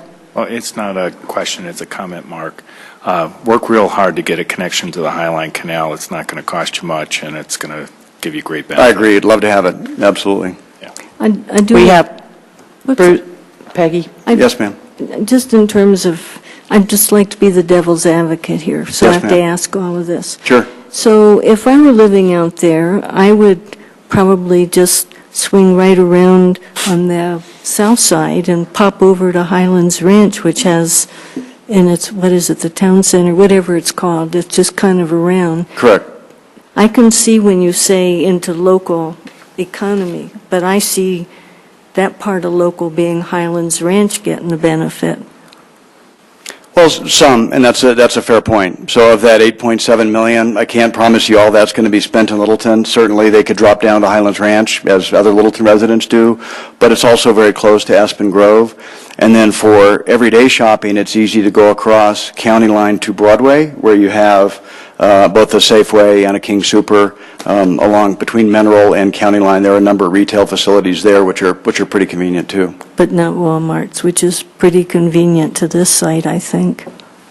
So, and I do know lots of residents, not me, who go to County Line from pretty central Littleton. Mm-hmm. I mean, to Highlands Ranch. So, anyway, I'm sorry. It just, No, fair point. I'm not Fair wanting point. us to just think, wow, here is all this money that's going to come to all these places necessarily. Sure. As Alan mentioned too, though, there are barriers, and the C-470 does act as somewhat of a barrier, so I believe that people will shop and dine in Littleton, but you're right, there will be some bleed off to Highlands Ranch, no doubt. It's a consequence of being on the edge of the city. Any other questions? Bruce? What is your view of the timing of the residential versus the commercial, and when do you expect to start turning dirt on the residential side, and how much thereafter would you anticipate the commercial starting to work? Sure. Well, we're eager to go to market on the commercial now. I think in going to market, we would like Alan to be able to represent to retailers that there are going to be 385 apartments across the street, because that will be helpful.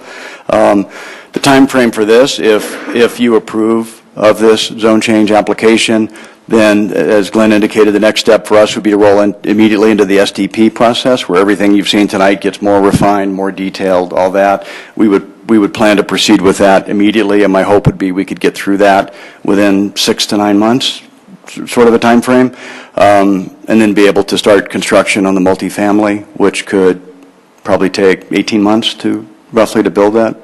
And the 12 acres, we'd like to get going on that immediately as well. We're sort of a go-now type organization, and I hope the market's improving, and we want to get it while it's good. Okay. I'm going to ask you a couple questions just in a general sense about sort of your guys' organization, and because we obviously have some visibility to folks that do this kind of project locally, you know, that we've worked with before, but we don't know you, although it certainly seems like an interesting the concept that you guys have worked up to this point. Longer term, your expectation on this is you're going to build it. Or do you view yourselves as property managers long term, and you expect to stay with it, or do you expect to build and then sell the property and move on to another project? This one is what we consider to be a very core location, and one that I think has really strong, long-term potential. The 12-acre site, there will be long-term holdings there. We may wind up doing a build-to-suit type model as typical, where we might, for instance, with the drugstore, we might often build the drugstore to their specifications. We own the real estate. We would build the building, and we have a long-term lease. So we would expect to be a long-term property owner. Okay, all right. I don't think I heard it, and maybe you said it or somebody said it and I just missed, but the price points for the units, some sort of a range. Do you have can you share some of that? I do. Based on today, we think the rental range would be from approximately $1,100 a month to about $2,100 a month. For the 1 to 2 to 3 bedroom? Yes, sir. It'll be a mix of 1, 2s, and a small percentage of 3s. Okay. And on average, if you had to ballpark across, what I'm looking at is how many residents in totality do you expect? So if you've got 385 units and you expect on average, pick a number, 2 residents per unit, or 2.5 or 1.8 or some sort, what would be your best estimate of an average per unit? Sure. I think we have a really good estimate, and that's, again, we have the data from Aspen Grove. They have 1.3 residents per unit at Aspen Grove. I would expect very similar. So that would equate to about 500 residents at our proposed community. Yeah, spot on. Okay. Okay, so we've got that. Oops, screen went off. The second bullet on your first slide, you talked about well-capitalized. This isn't overtly, again, having to do specifically with the land use. And I understand a lot of times in real estate, people will have LLCs where I don't want to say subdivide, but they move equity interests around and so forth and so on. Can you just, again, because we don't know you guys, can you help us understand broadly when you use the phrase well-capitalized in terms of your ability to get in and do this and stick it out and make sure that it comes out the way you want it? What do you mean? Sure. Good question. I think I can address that from a couple different ways. One, we've been in business for 22 years, so we have survived a number of cycles. The brutal cycle we're just coming out of, being notably. I did shrink my company, but kept my key people, and we survived, throughout that. and have had some recent successes coming out of this recession, and as things hopefully continue to improve. We paid cash for this property, so if you were to check the property tax records, you would see no liens on either site. We acquired them both for cash. We have no debt on the property. We're very financeable. We have a strong balance sheet. We've borrowed about $100 million from Wells Fargo, for instance. We have a 20-year relationship with Wells Fargo. Okay. B of A is another key lender, so we have the financial wherewithal to easily undertake a project of this magnitude. Okay. All right, thank you. Any other questions? Okay, thank you so much. Thank you very much. Okay, this is a public hearing. Sorry, reserve any time for rebuttal if I may, Okay, if needed. okay. So this, no. Before then let's keep going. This is a public hearing, so we have 3 people who have signed up to speak. No, excuse me, we have 4 people who have signed up to speak, and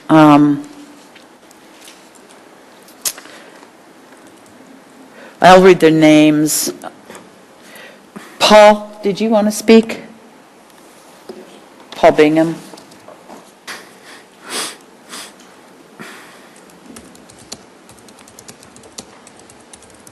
Paul Bingham, 236 West Delaware Circle. Good evening, Mayor Brinkman and council. In the past, I've come and fussed at you folks.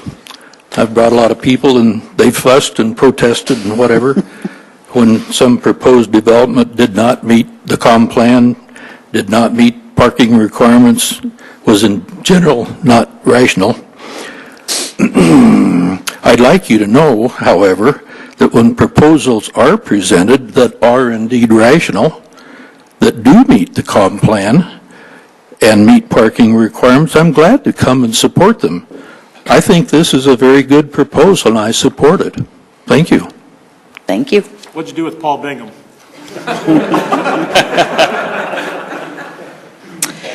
Steve Preby.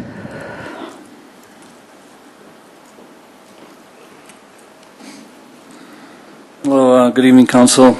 Steve Preby, 7233 South Costilla Street.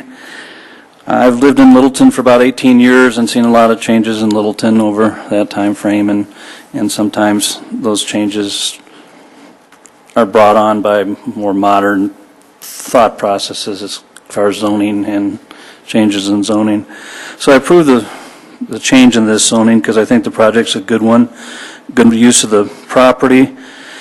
It'll create new jobs and more housing for new residents that could be brought into the Littleton area. So I feel this is a good change for everybody. Thank you. Thank you.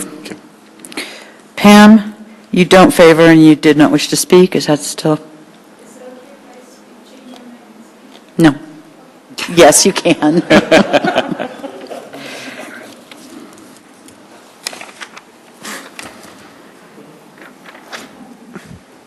Pam Chadbourne, and again, I live at Crestline in Nevada, downtown, District 1. So my concerns about this project are that it illustrates the weakness of our comp plan. I always agree with Paul except this time. And I've had the advantage of living near LA. And where we are is where LA and its surroundings were 50 years ago. So I've seen the mistakes and the consequences for those communities.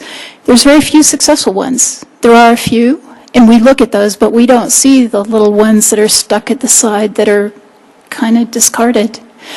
So my concern with this is it's at the intersection of 2 freeways where the traffic is 60, 65, 55 miles an hour and constant day and night.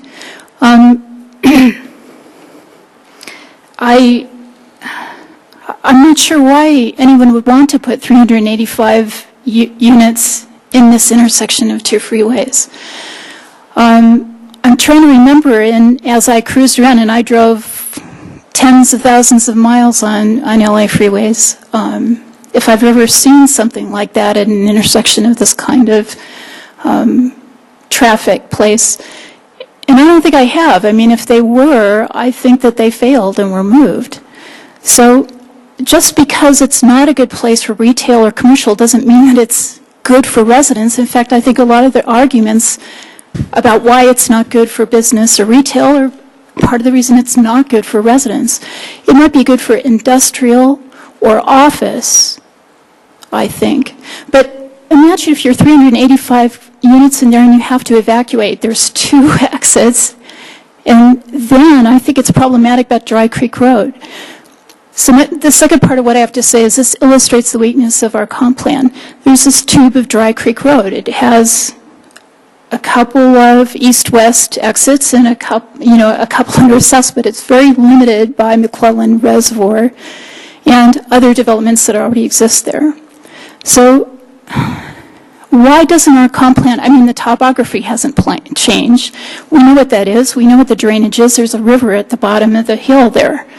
Our comp plan should have zoning that already considers this. We should have already have traffic studies and topography studies that allows us to plot this area so we know the zoning. My question is this 10% of the residential units that should be along Dry Creek Road? Is it 100% of the residential units that we should allow along Dry Creek Road before we incur costs as a city? This is on a city line. What are the plans on the other side of the city line for development? We're certainly impacted by that, but it's not part of the big picture. So again, my concern is our comp plan does not give us the big picture. So we can't say by allowing this, if we're allowing 2 more developments or 8 more or no more, we don't know. And that's my concern. So thanks for listening to my thoughts. Thank you, Pam. Is Brian still here?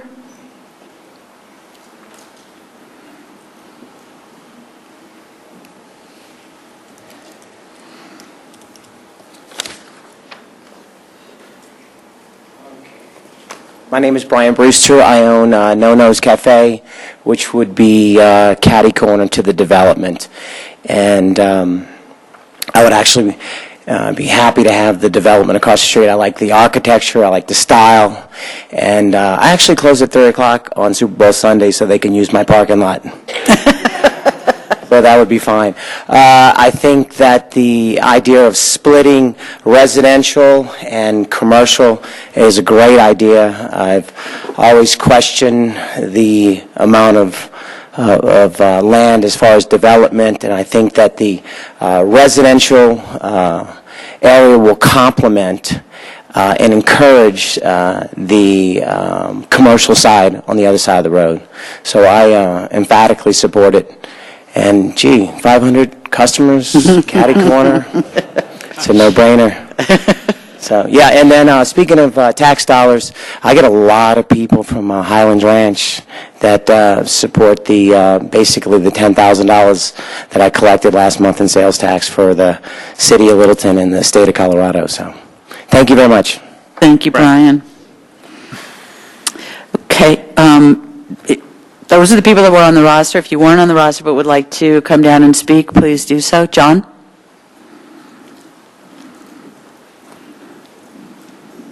Mayor Brinkman, honorable members of the Littleton Council, John Brackney, CEO of the South Metro Denver Chamber, 2154 East Commons Avenue.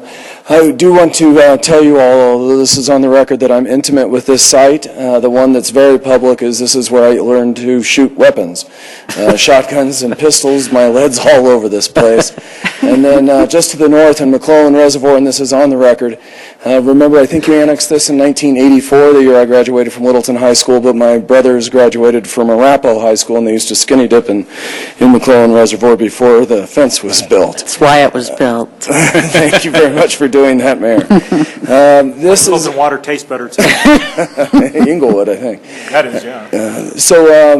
This is the third time I've seen this presentation, and it's an impressive development. We at the Chamber believe it's the highest and best use for the land. The Littleton Business Coalition, on behalf of Norm Stucker, the president of that group, we've intensively looked at this issue and really think that you should support both the staff recommendation as well as the planning board. Thank you very much for your consideration. Thank you, John.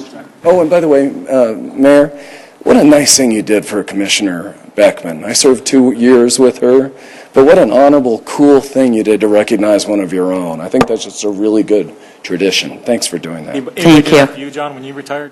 Forgive me? Did anybody do that for you? No, no one paid attention at all. Thank you, Council. They missed that one, I guess. Anyone else want to? Jim?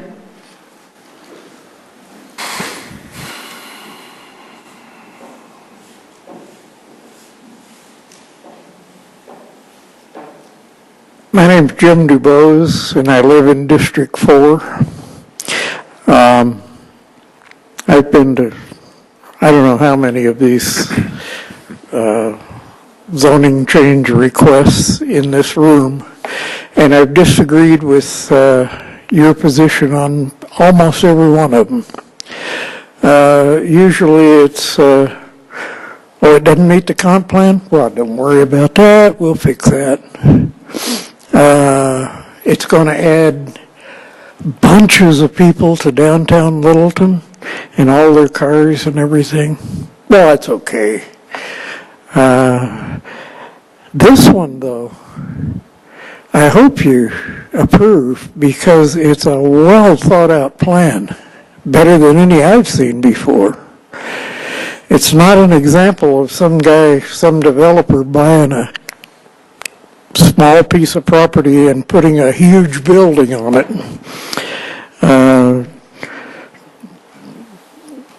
Dribbling 400 automobiles onto Littleton Boulevard at the let's go to work hour. It's not one of those. This is well thought out. It's something that I can really get behind because what a good place for an apartment complex. It has good ingress and egress. It's got everything that I would want if I were renting an apartment, and I've had a few. So I just wanted to tell you that I support this one. Thank you very much. Thanks, Jim. Anyone else? Still my heart. Anyone else? Okay, seeing no one, I'm going to close the public hearing. And I need a motion, please. Madam Chairman, I move to approve the ordinance rezoning the property known as 2996 West County Line Road on first reading from B2 Community Business to PDR Plan Development Residential at the Littleton Commons Plan Development Plan. Second. Okay, we have a motion and a second. And now, any discussion? No. Bruce? I'd like to amend the motion to require that what's the magic words? The architecture and the construction and the architecture has to be substantially compatible with the renderings presented this evening. Second. Okay, we have an amendment to the motion. You ready to vote on the amendment? Do you want any discussion? Jim? Well, there again, I don't think the council sitting up here ought to be in designing buildings for a builder who wants to build a project. I just think that that's not what we ought to be doing. The builder is going to present the project to us. But I don't think we should be sitting up here as an architect saying, I don't like what you're doing. I want it to look exactly like this picture that you're showing us. And I can't support the motion. Okay, Bruce. Well, I guess, it's essentially what we were talking about with Glenn. The problem is, the motion basically says substantially in compliance with. So, if it changes a little bit, that's fine. But I think we run the risk because of the way the code is teed up, or it exists, that if the project is sold, something else may go in there in its entirety. And so all this does, which is exactly what we did on Nevada, is basically say what we want you to build if we approve this is what you have presented to us. And I don't see where we're asking them to do anything that's demonstrably out of the ordinary. If they build what they represented they're going to build, I think everybody's happy. If they build something else, I think we'd be less happy. Any other discussion? Mayor. I'm sorry.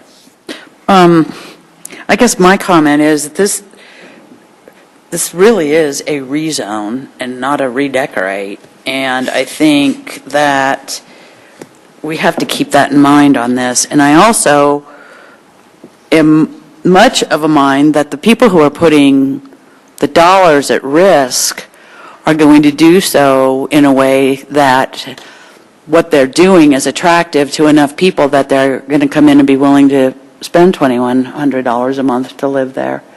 So I can't support the amendment. Is there any other comments? The amendment is what again, Wendy? Sorry. Go ahead. Let me go back. Hang on. Substantially, that the build-out is substantially compatible with the rendering presented tonight. I think it would be a nightmare to try to figure out what that exactly means whenever they do a change, or are we going to question it? I agree with Jim. We're not up here to design their building. They're in the building business, and you do have to make changes periodically. So I can't support the amendment. Any other comments? Okay, we have an amendment and a second. The amendment is to substantially, Wendy, will you read it again, please? I wrote the wrong words. I'm sorry, hold on. Substantially compatible with the rendering presented tonight. Okay, ready to vote?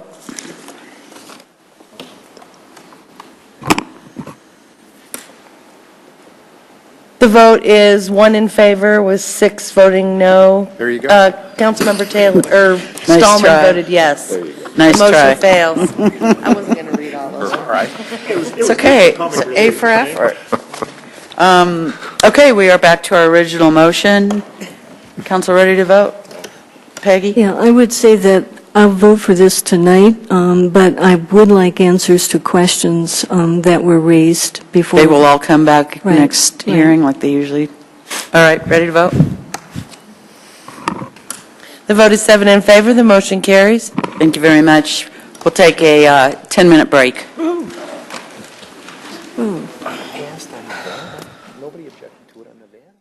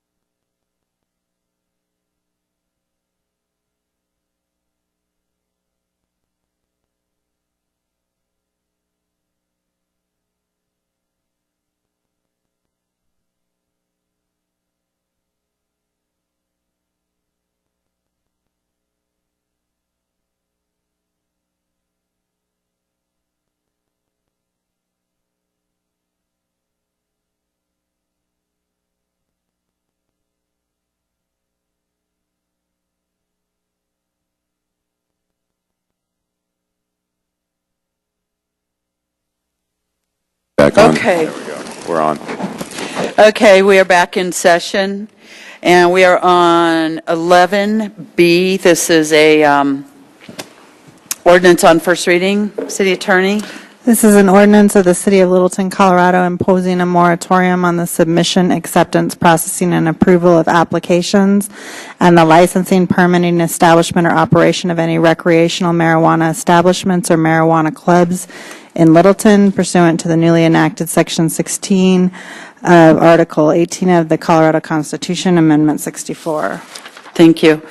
Council, the policy question here is whether or not the city should impose a moratorium on the submission, acceptance, processing, and approval of applications and the licensing, permitting, establishment, or operation of marijuana establishments and marijuana clubs until October 1, 2013, to allow time for staff to study the effects of such establishments and the regulations that will be issued by the Department of Revenue regarding the retail operations of marijuana. What this is not a permanent solution to whatever may be the issues that are being decided regarding what we'll call fondly 64. Is it 64? This is about a moratorium that will run through or until October 1, 2013, in order for us to not have to deal with an onslaught of applications or issues. It gives staff an opportunity to let anyone who's interested know that there is a moratorium and that will stop that influx and give everybody time to consider. So, Krista, did you want to go over any of this at all, kind of highlight any? I'm happy to answer questions. It is just to give us some time to study this. We're working on a number of different code revisions and information to provide to council, but mostly we're waiting for the Department of Revenue to issue their regulations and see what their licensing framework is going to look like so that we know at the local level what we need to be doing, and that should be in July. We'll see those. Okay. Phil? Well, okay, I'm sorry, go ahead. My understanding is that most likely not much will happen until those are promulgated.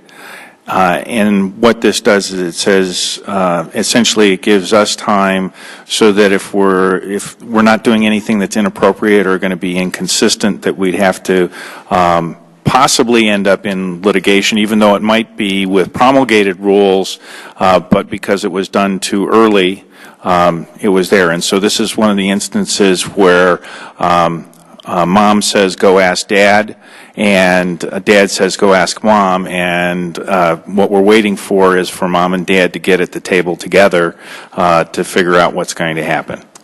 Very well put. Yes, we want to make sure that everyone is on the same page and everyone knows that we're not doing anything until October. Or if we come forward with something before then, we certainly can repeal this and put code revisions in place at that time. Thank you, Kristen. Bruce? What this doesn't do is establish any long-term policy of the city in regards to this issue. It's just giving us time to react. And for those of us with a little bit of a memory, when medical marijuana came through, the experience of the city was to try to get on top of the issue and do the best that they could with, in the lack of any guidance from the state. And then finally the state came up with guidance, and it really created a cart before the horse kind of circumstance. And I think it was very hard to get through that. It makes great sense to adopt this tonight with the understanding that we just don't really know what direction it's going to go in. And a point of context on that, the medical marijuana, we actually had to do an emergency moratorium on that. We had, how do they say it, 12 camels' noses under the tent, and had nothing prepared, nothing. We had no idea what we were going to do, and so this is definitely a lot more proactive than reactive. Bruce? As part of staff's consideration of this, is it your intent to also look at residential building code issues, a la what Greenwood Village is doing and so forth? Yes. Community development is looking at that, building regulations, concerns about grow rooms and Electric consumption and so forth. Yeah. And criminal code amendments. And licensing procedures, too. We've got the whole thing. Jerry. gamut. Question for our attorney. So in here, the report, it does say recently marijuana clubs have begun operating in various communities throughout the state. Will you give me some examples? I don't know of any. I will have to check. I think Denver had some, and then I think there was some maybe on the western slope, but I will come back. It's been a discussion among the attorneys on the municipal list. Well, that may be an overstatement then, that they're actually operating? There are. There is one in Grand I'm Junction. asking the attorney, thank you. Sorry. So I think Grand You wrote Junction. it, so I'm figuring you know. So. Yeah, I think Grand Junction and Denver, and I will bring that back on the second. Yeah, if you will. Yeah, that's, if you will, please bring back. I do have some more questions, if you don't mind.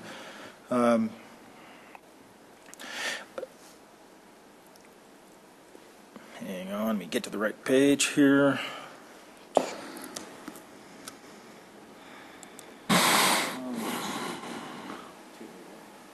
So on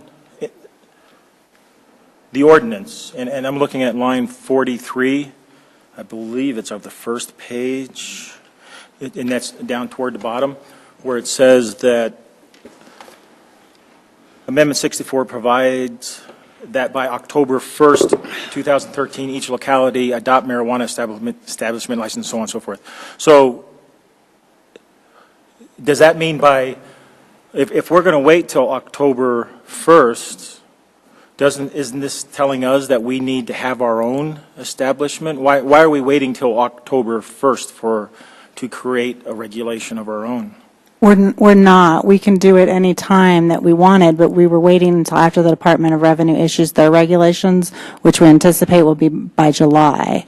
So I would think that we would want to come forward sometime between July and October when this expires with either an outright ban or a regulatory scheme for licensing within the city. And so the rest of it, I have a few more questions, and I think it's more that you probably will have to maybe look into it.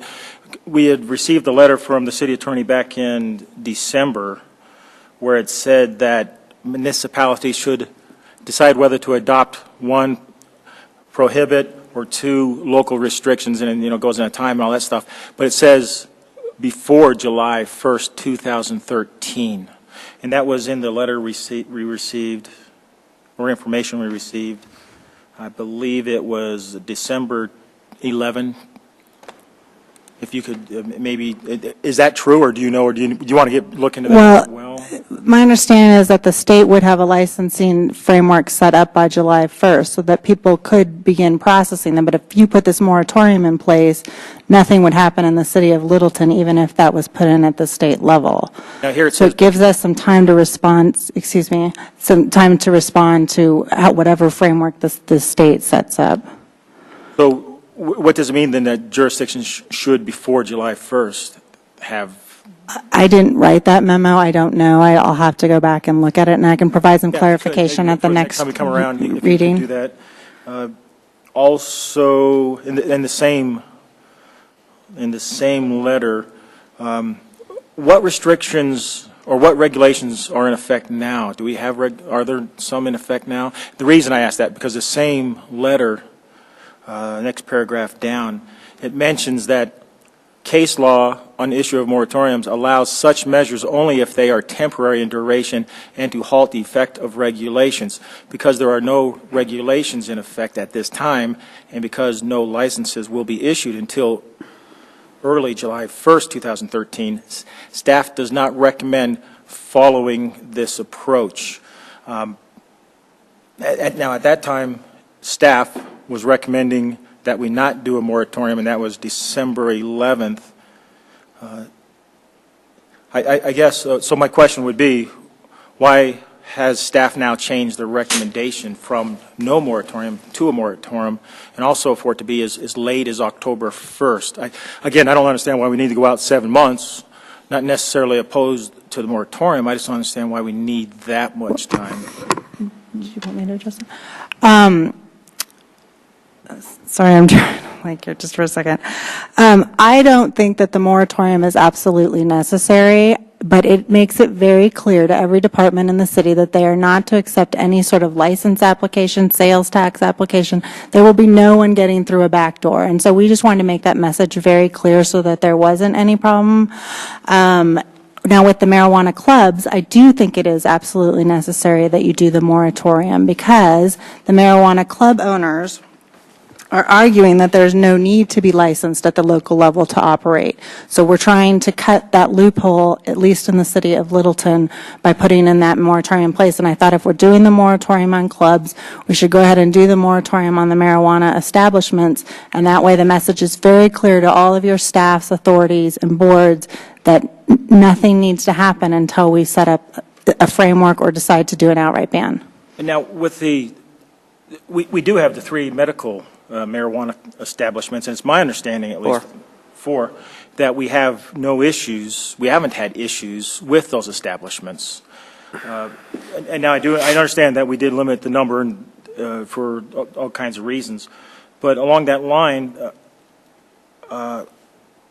did we put a moratorium or anything on alcohol when it was being discussed that alcohol was going to be more readily available?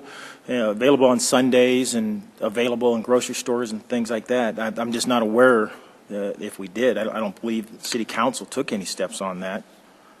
But for some reason, I think because it's marijuana, we're reacting this way. A couple more, if you don't mind. Councilman, I just want to respond to your question about the October 1st as well. There's discussion at the state level around, because we talked about whether we should do it up to July 1st, but if the state doesn't meet their deadline of it, we didn't want to have to come back to you and extend that moratorium because the state hadn't completed their regulations within their required time frame, which will not be a surprise if they don't. So we picked that October 1st as the drop dead date for it, more so we didn't have to come back to you. As Kristen stated, it is our intent that as soon as the state puts their regulations in place, we can then respond at the local level. And that is a differential between both medical marijuana, retail marijuana, and liquor, that the state retains a lot of statewide control around the liquor and the Sunday sales, which is very different, where in this constitutional amendment, they were very clear that local jurisdiction control is retained. And so just differentiating from that. Thank you. Again, a review of the voting records by precinct in the city of Littleton indicated that the majority of Littleton voters did vote yes on Amendment 64. I do feel as though by delaying this that we are usurping the citizens of Littleton who the majority did vote for. That's one of the things I am concerned about.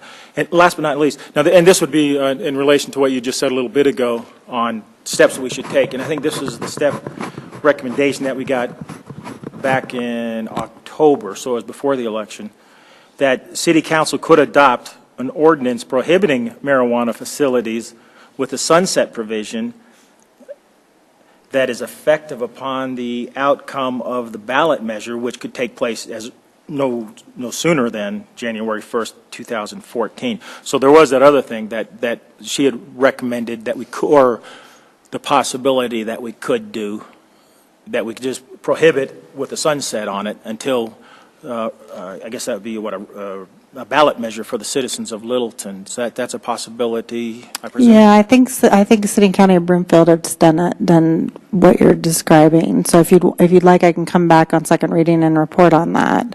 If you could, I'd appreciate that. So there were a couple things in there. If you could just do a little research for us and provide that information back to us. Be happy to. Again, I feel a little bit like we are usurping what the voters did just because of what it is. Marijuana, alcohol did not have the same response when it was going to be more available and time-wise and also at more stores.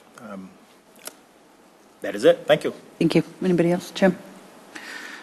I have a real problem with creating a moratorium. I assume if this passes that staff would be working on various perhaps amendments to the code that is going to give some sort of regulation ability to determine where it's going to be located, all these sorts of things. And that could be done even before the task force or the Department of Revenue does their regulations. A number of people have always heard me say that marijuana ought to be legal and you tax the hell out of it. And that's what I really would like to see us put on the ballot in November, is a 25%, 35%, I don't care, some huge tax on the sale of marijuana within the city. The one thing that gives me pause about the moratorium is the clubs that could come in, because I've read that in the paper and the analysis that's done, that I'm not for sure we've got anything that would stop a private club from coming in and setting up operations prior to the task force and the Department of Revenue giving us their rules. That's the one caveat, I think, for voting to do the moratorium. The other things I don't think is worthy of a moratorium, frankly. Peggy? So we thought we were way ahead of the game on the medical marijuana, and then got surprised by what the state did. And then we were kind of caught short in trying to change that, I mean, to come into compliance with the model that the state put forth. I'm not seeing a problem in putting the October 1 moratorium, because we can act sooner, as I hear our acting attorney say. You're going to be on this, we hit the ground running, hopefully, as soon as we make sure what the devil the state is doing, so that we don't get going in a different direction and have to change something significantly. So I don't see a big issue with this. I wouldn't mind taxing the devil out of a lot of stuff, but that's beside the point. Maybe tax liquor more, but then everybody would go elsewhere and buy it. So anyway, so I see nothing wrong with this to give us the opportunity to not wind up in the confusion we were with the medical marijuana. Bruce? Jerry raises a very good point, though, and that is the will of the voters. And the first thing I said when I introduced my view on this, I said, we are not setting long-term policy for the city by adopting this. But, you know, as I reflect on what Jerry said, we might lose that message. You know, so the message sometimes doesn't get out. It is important that we do support the will of the voters in some manner and regulate it as according to.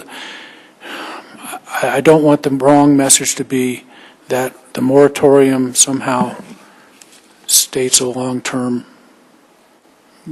situation there. So it's a tap dance. I'm concerned about the tap dance and the public understanding our motive.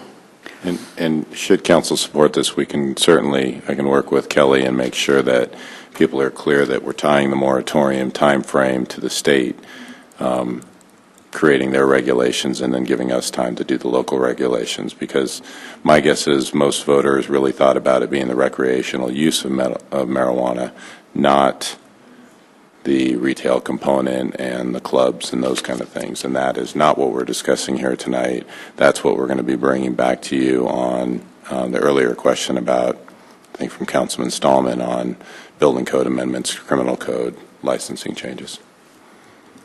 But we can certainly make sure that message is there. Any other questions? I would just add that I don't believe that this moratorium has.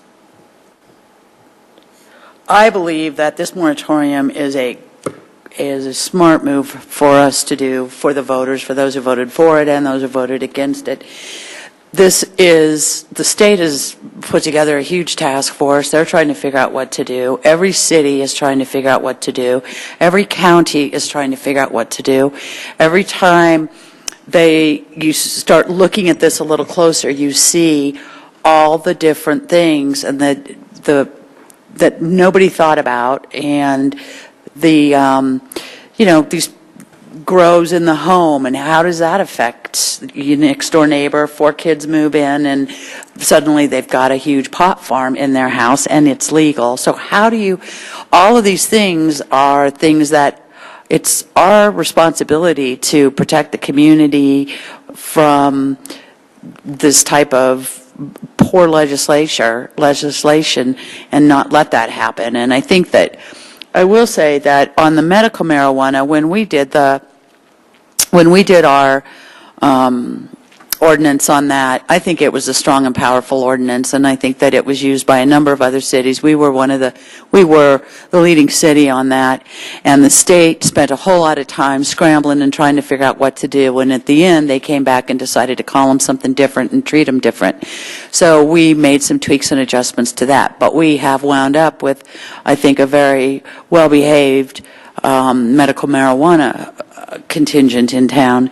And I will say that by not doing the moratorium faster on that is how we ended up in court with 2 of the medical marijuana folks who said that they had the license, and that, so we are still dealing with that, actually.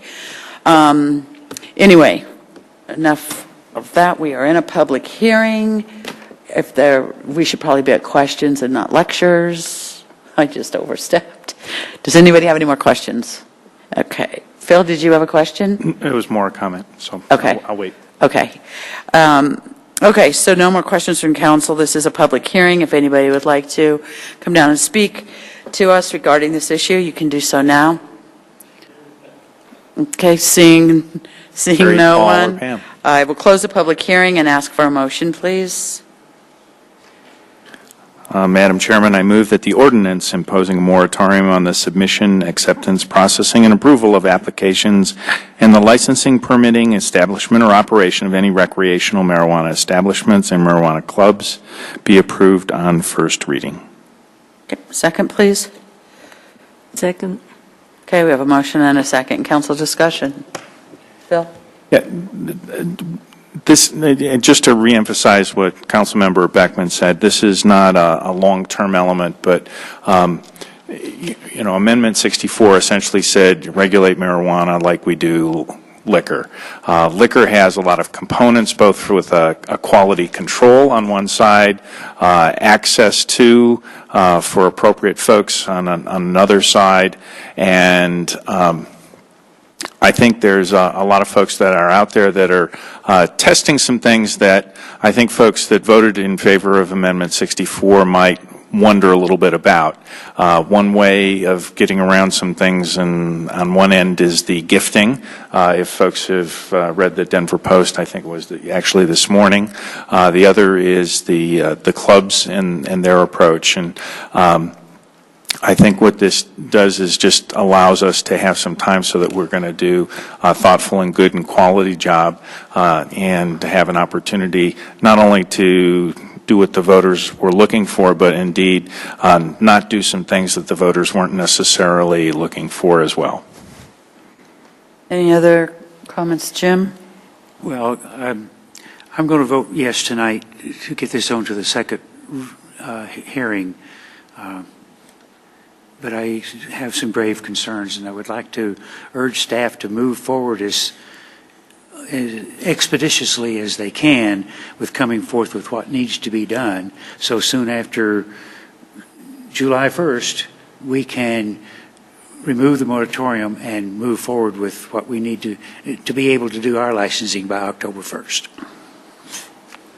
Peggy? I'd like to second that and say, actually, as soon after July 1st as we can, even if we want to have a special meeting so that we can have fairly close first and second readings to expedite this, as long as we get our careful study of it, but try to move forward as quickly as we can.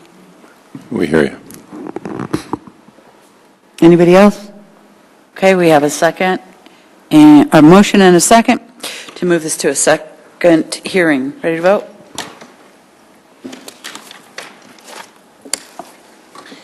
The vote is 6 in favor, with Councilmember Valdez voting no. The motion carries.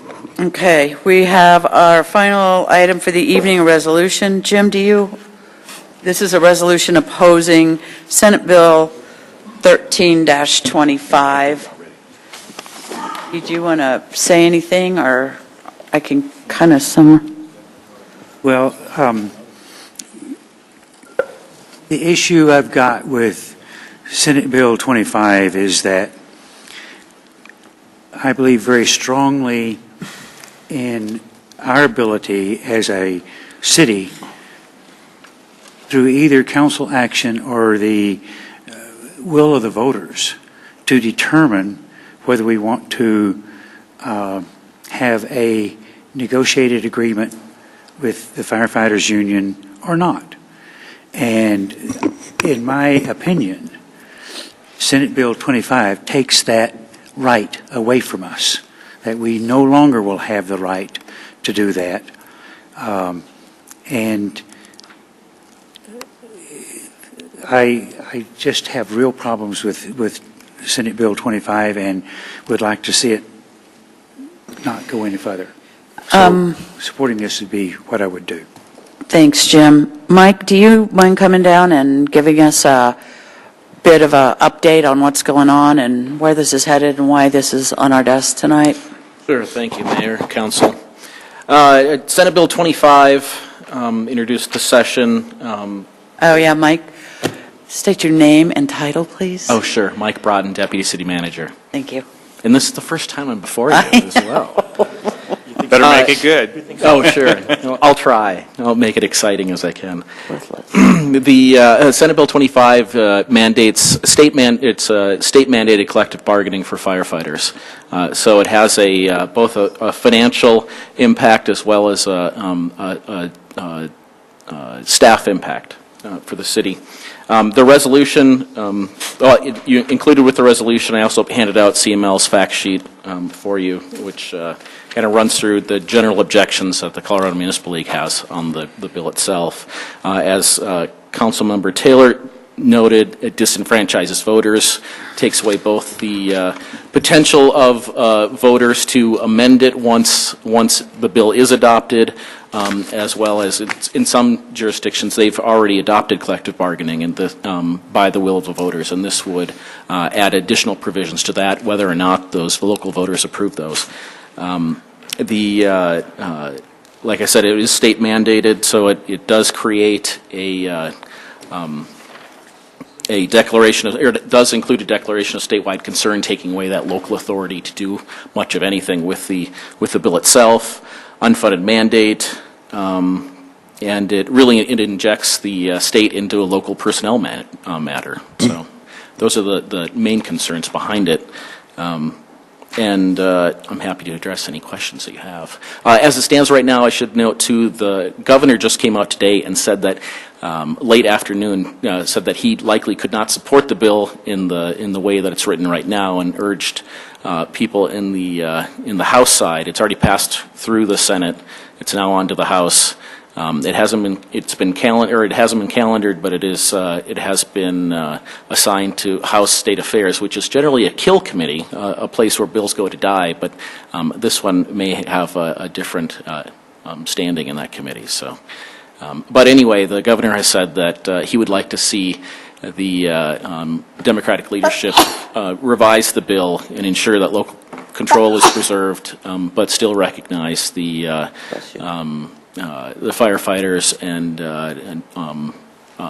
the ability to approach their employers and with certain demands. So we'll see where the bill heads. Thank you. Any questions for Mike? Okay. Thank you. Thank you, Mike. Thank you. Council, any comments? I would offer a couple comments. One is that we did send a letter to the Senate. I did hear back from a couple of the senators, and Kagan and I have the Highlands Ranch. No, Highlands Ranch. Harvey. Was it Harvey? McNulty, I think it was. And they were supporting it, and they had a number of reasons for it. But it's now, of course, since it's moved out of there, the Metro mayors they came out today with the caucus non-support, and that's going to the governor. We also sent a letter to our House reps and have done a hard copy and an email, and I have a letter going out tomorrow to the governor asking for a veto if it should get to his desk. So we have already taken a pretty hard stance on this. One of the things I thought was most impressive by what the governor is saying is if you read his letter to the House, he was very clear about this was not about trying to take away anything from the firefighters and not trying to disable their ability to have fair wages and good equipment. This was about local control and local, not removing that rights from the cities. So it was, I think it's a good letter. I think it's a powerful letter. Let's hope it does some good at that point. So if there isn't any other discussion. Just a quick comment that taking a position against this particular legislation is not diminishing the service or the courage on the part of firefighters. If anything, what it really is a comment very much on the ability of local jurisdictions to be able to make decisions. Okay, so I don't know that we need a motion for this. We do need a motion? Okay, we need a motion, please. I'll move that we adopt the resolution of the City Council of the City of Littleton opposing Senate Bill 13-25, state-mandated collective bargaining for firefighters. Second? Anyone? Is anyone going to second that? Second. Thank you. Okay, we have a motion and a second. Any discussion? Ready to vote? The vote is 7 in favor. The motion carries. Okay. Jim, you had another item. It's not on the agenda. Just a comment I wanted to make. I wanted to know if we can get. I like the new table up here. It's very attractive, but I think we need to have the press sign back up there. We had reporters sitting in the audience tonight having to write in their laps because we had people sitting up at the table, and that table was set there specifically for the press. And when we got 3 reporters sitting out here in the audience writing in their laps, I think we need to change that. Yeah, oversight, but that is the press table, so we'll take care of that. And we're also going to get the press new chairs, too. Thank you. We are adjourned. Narrow in the arms. Yeah, I don't like it. Suck. Bad. No, I hate it.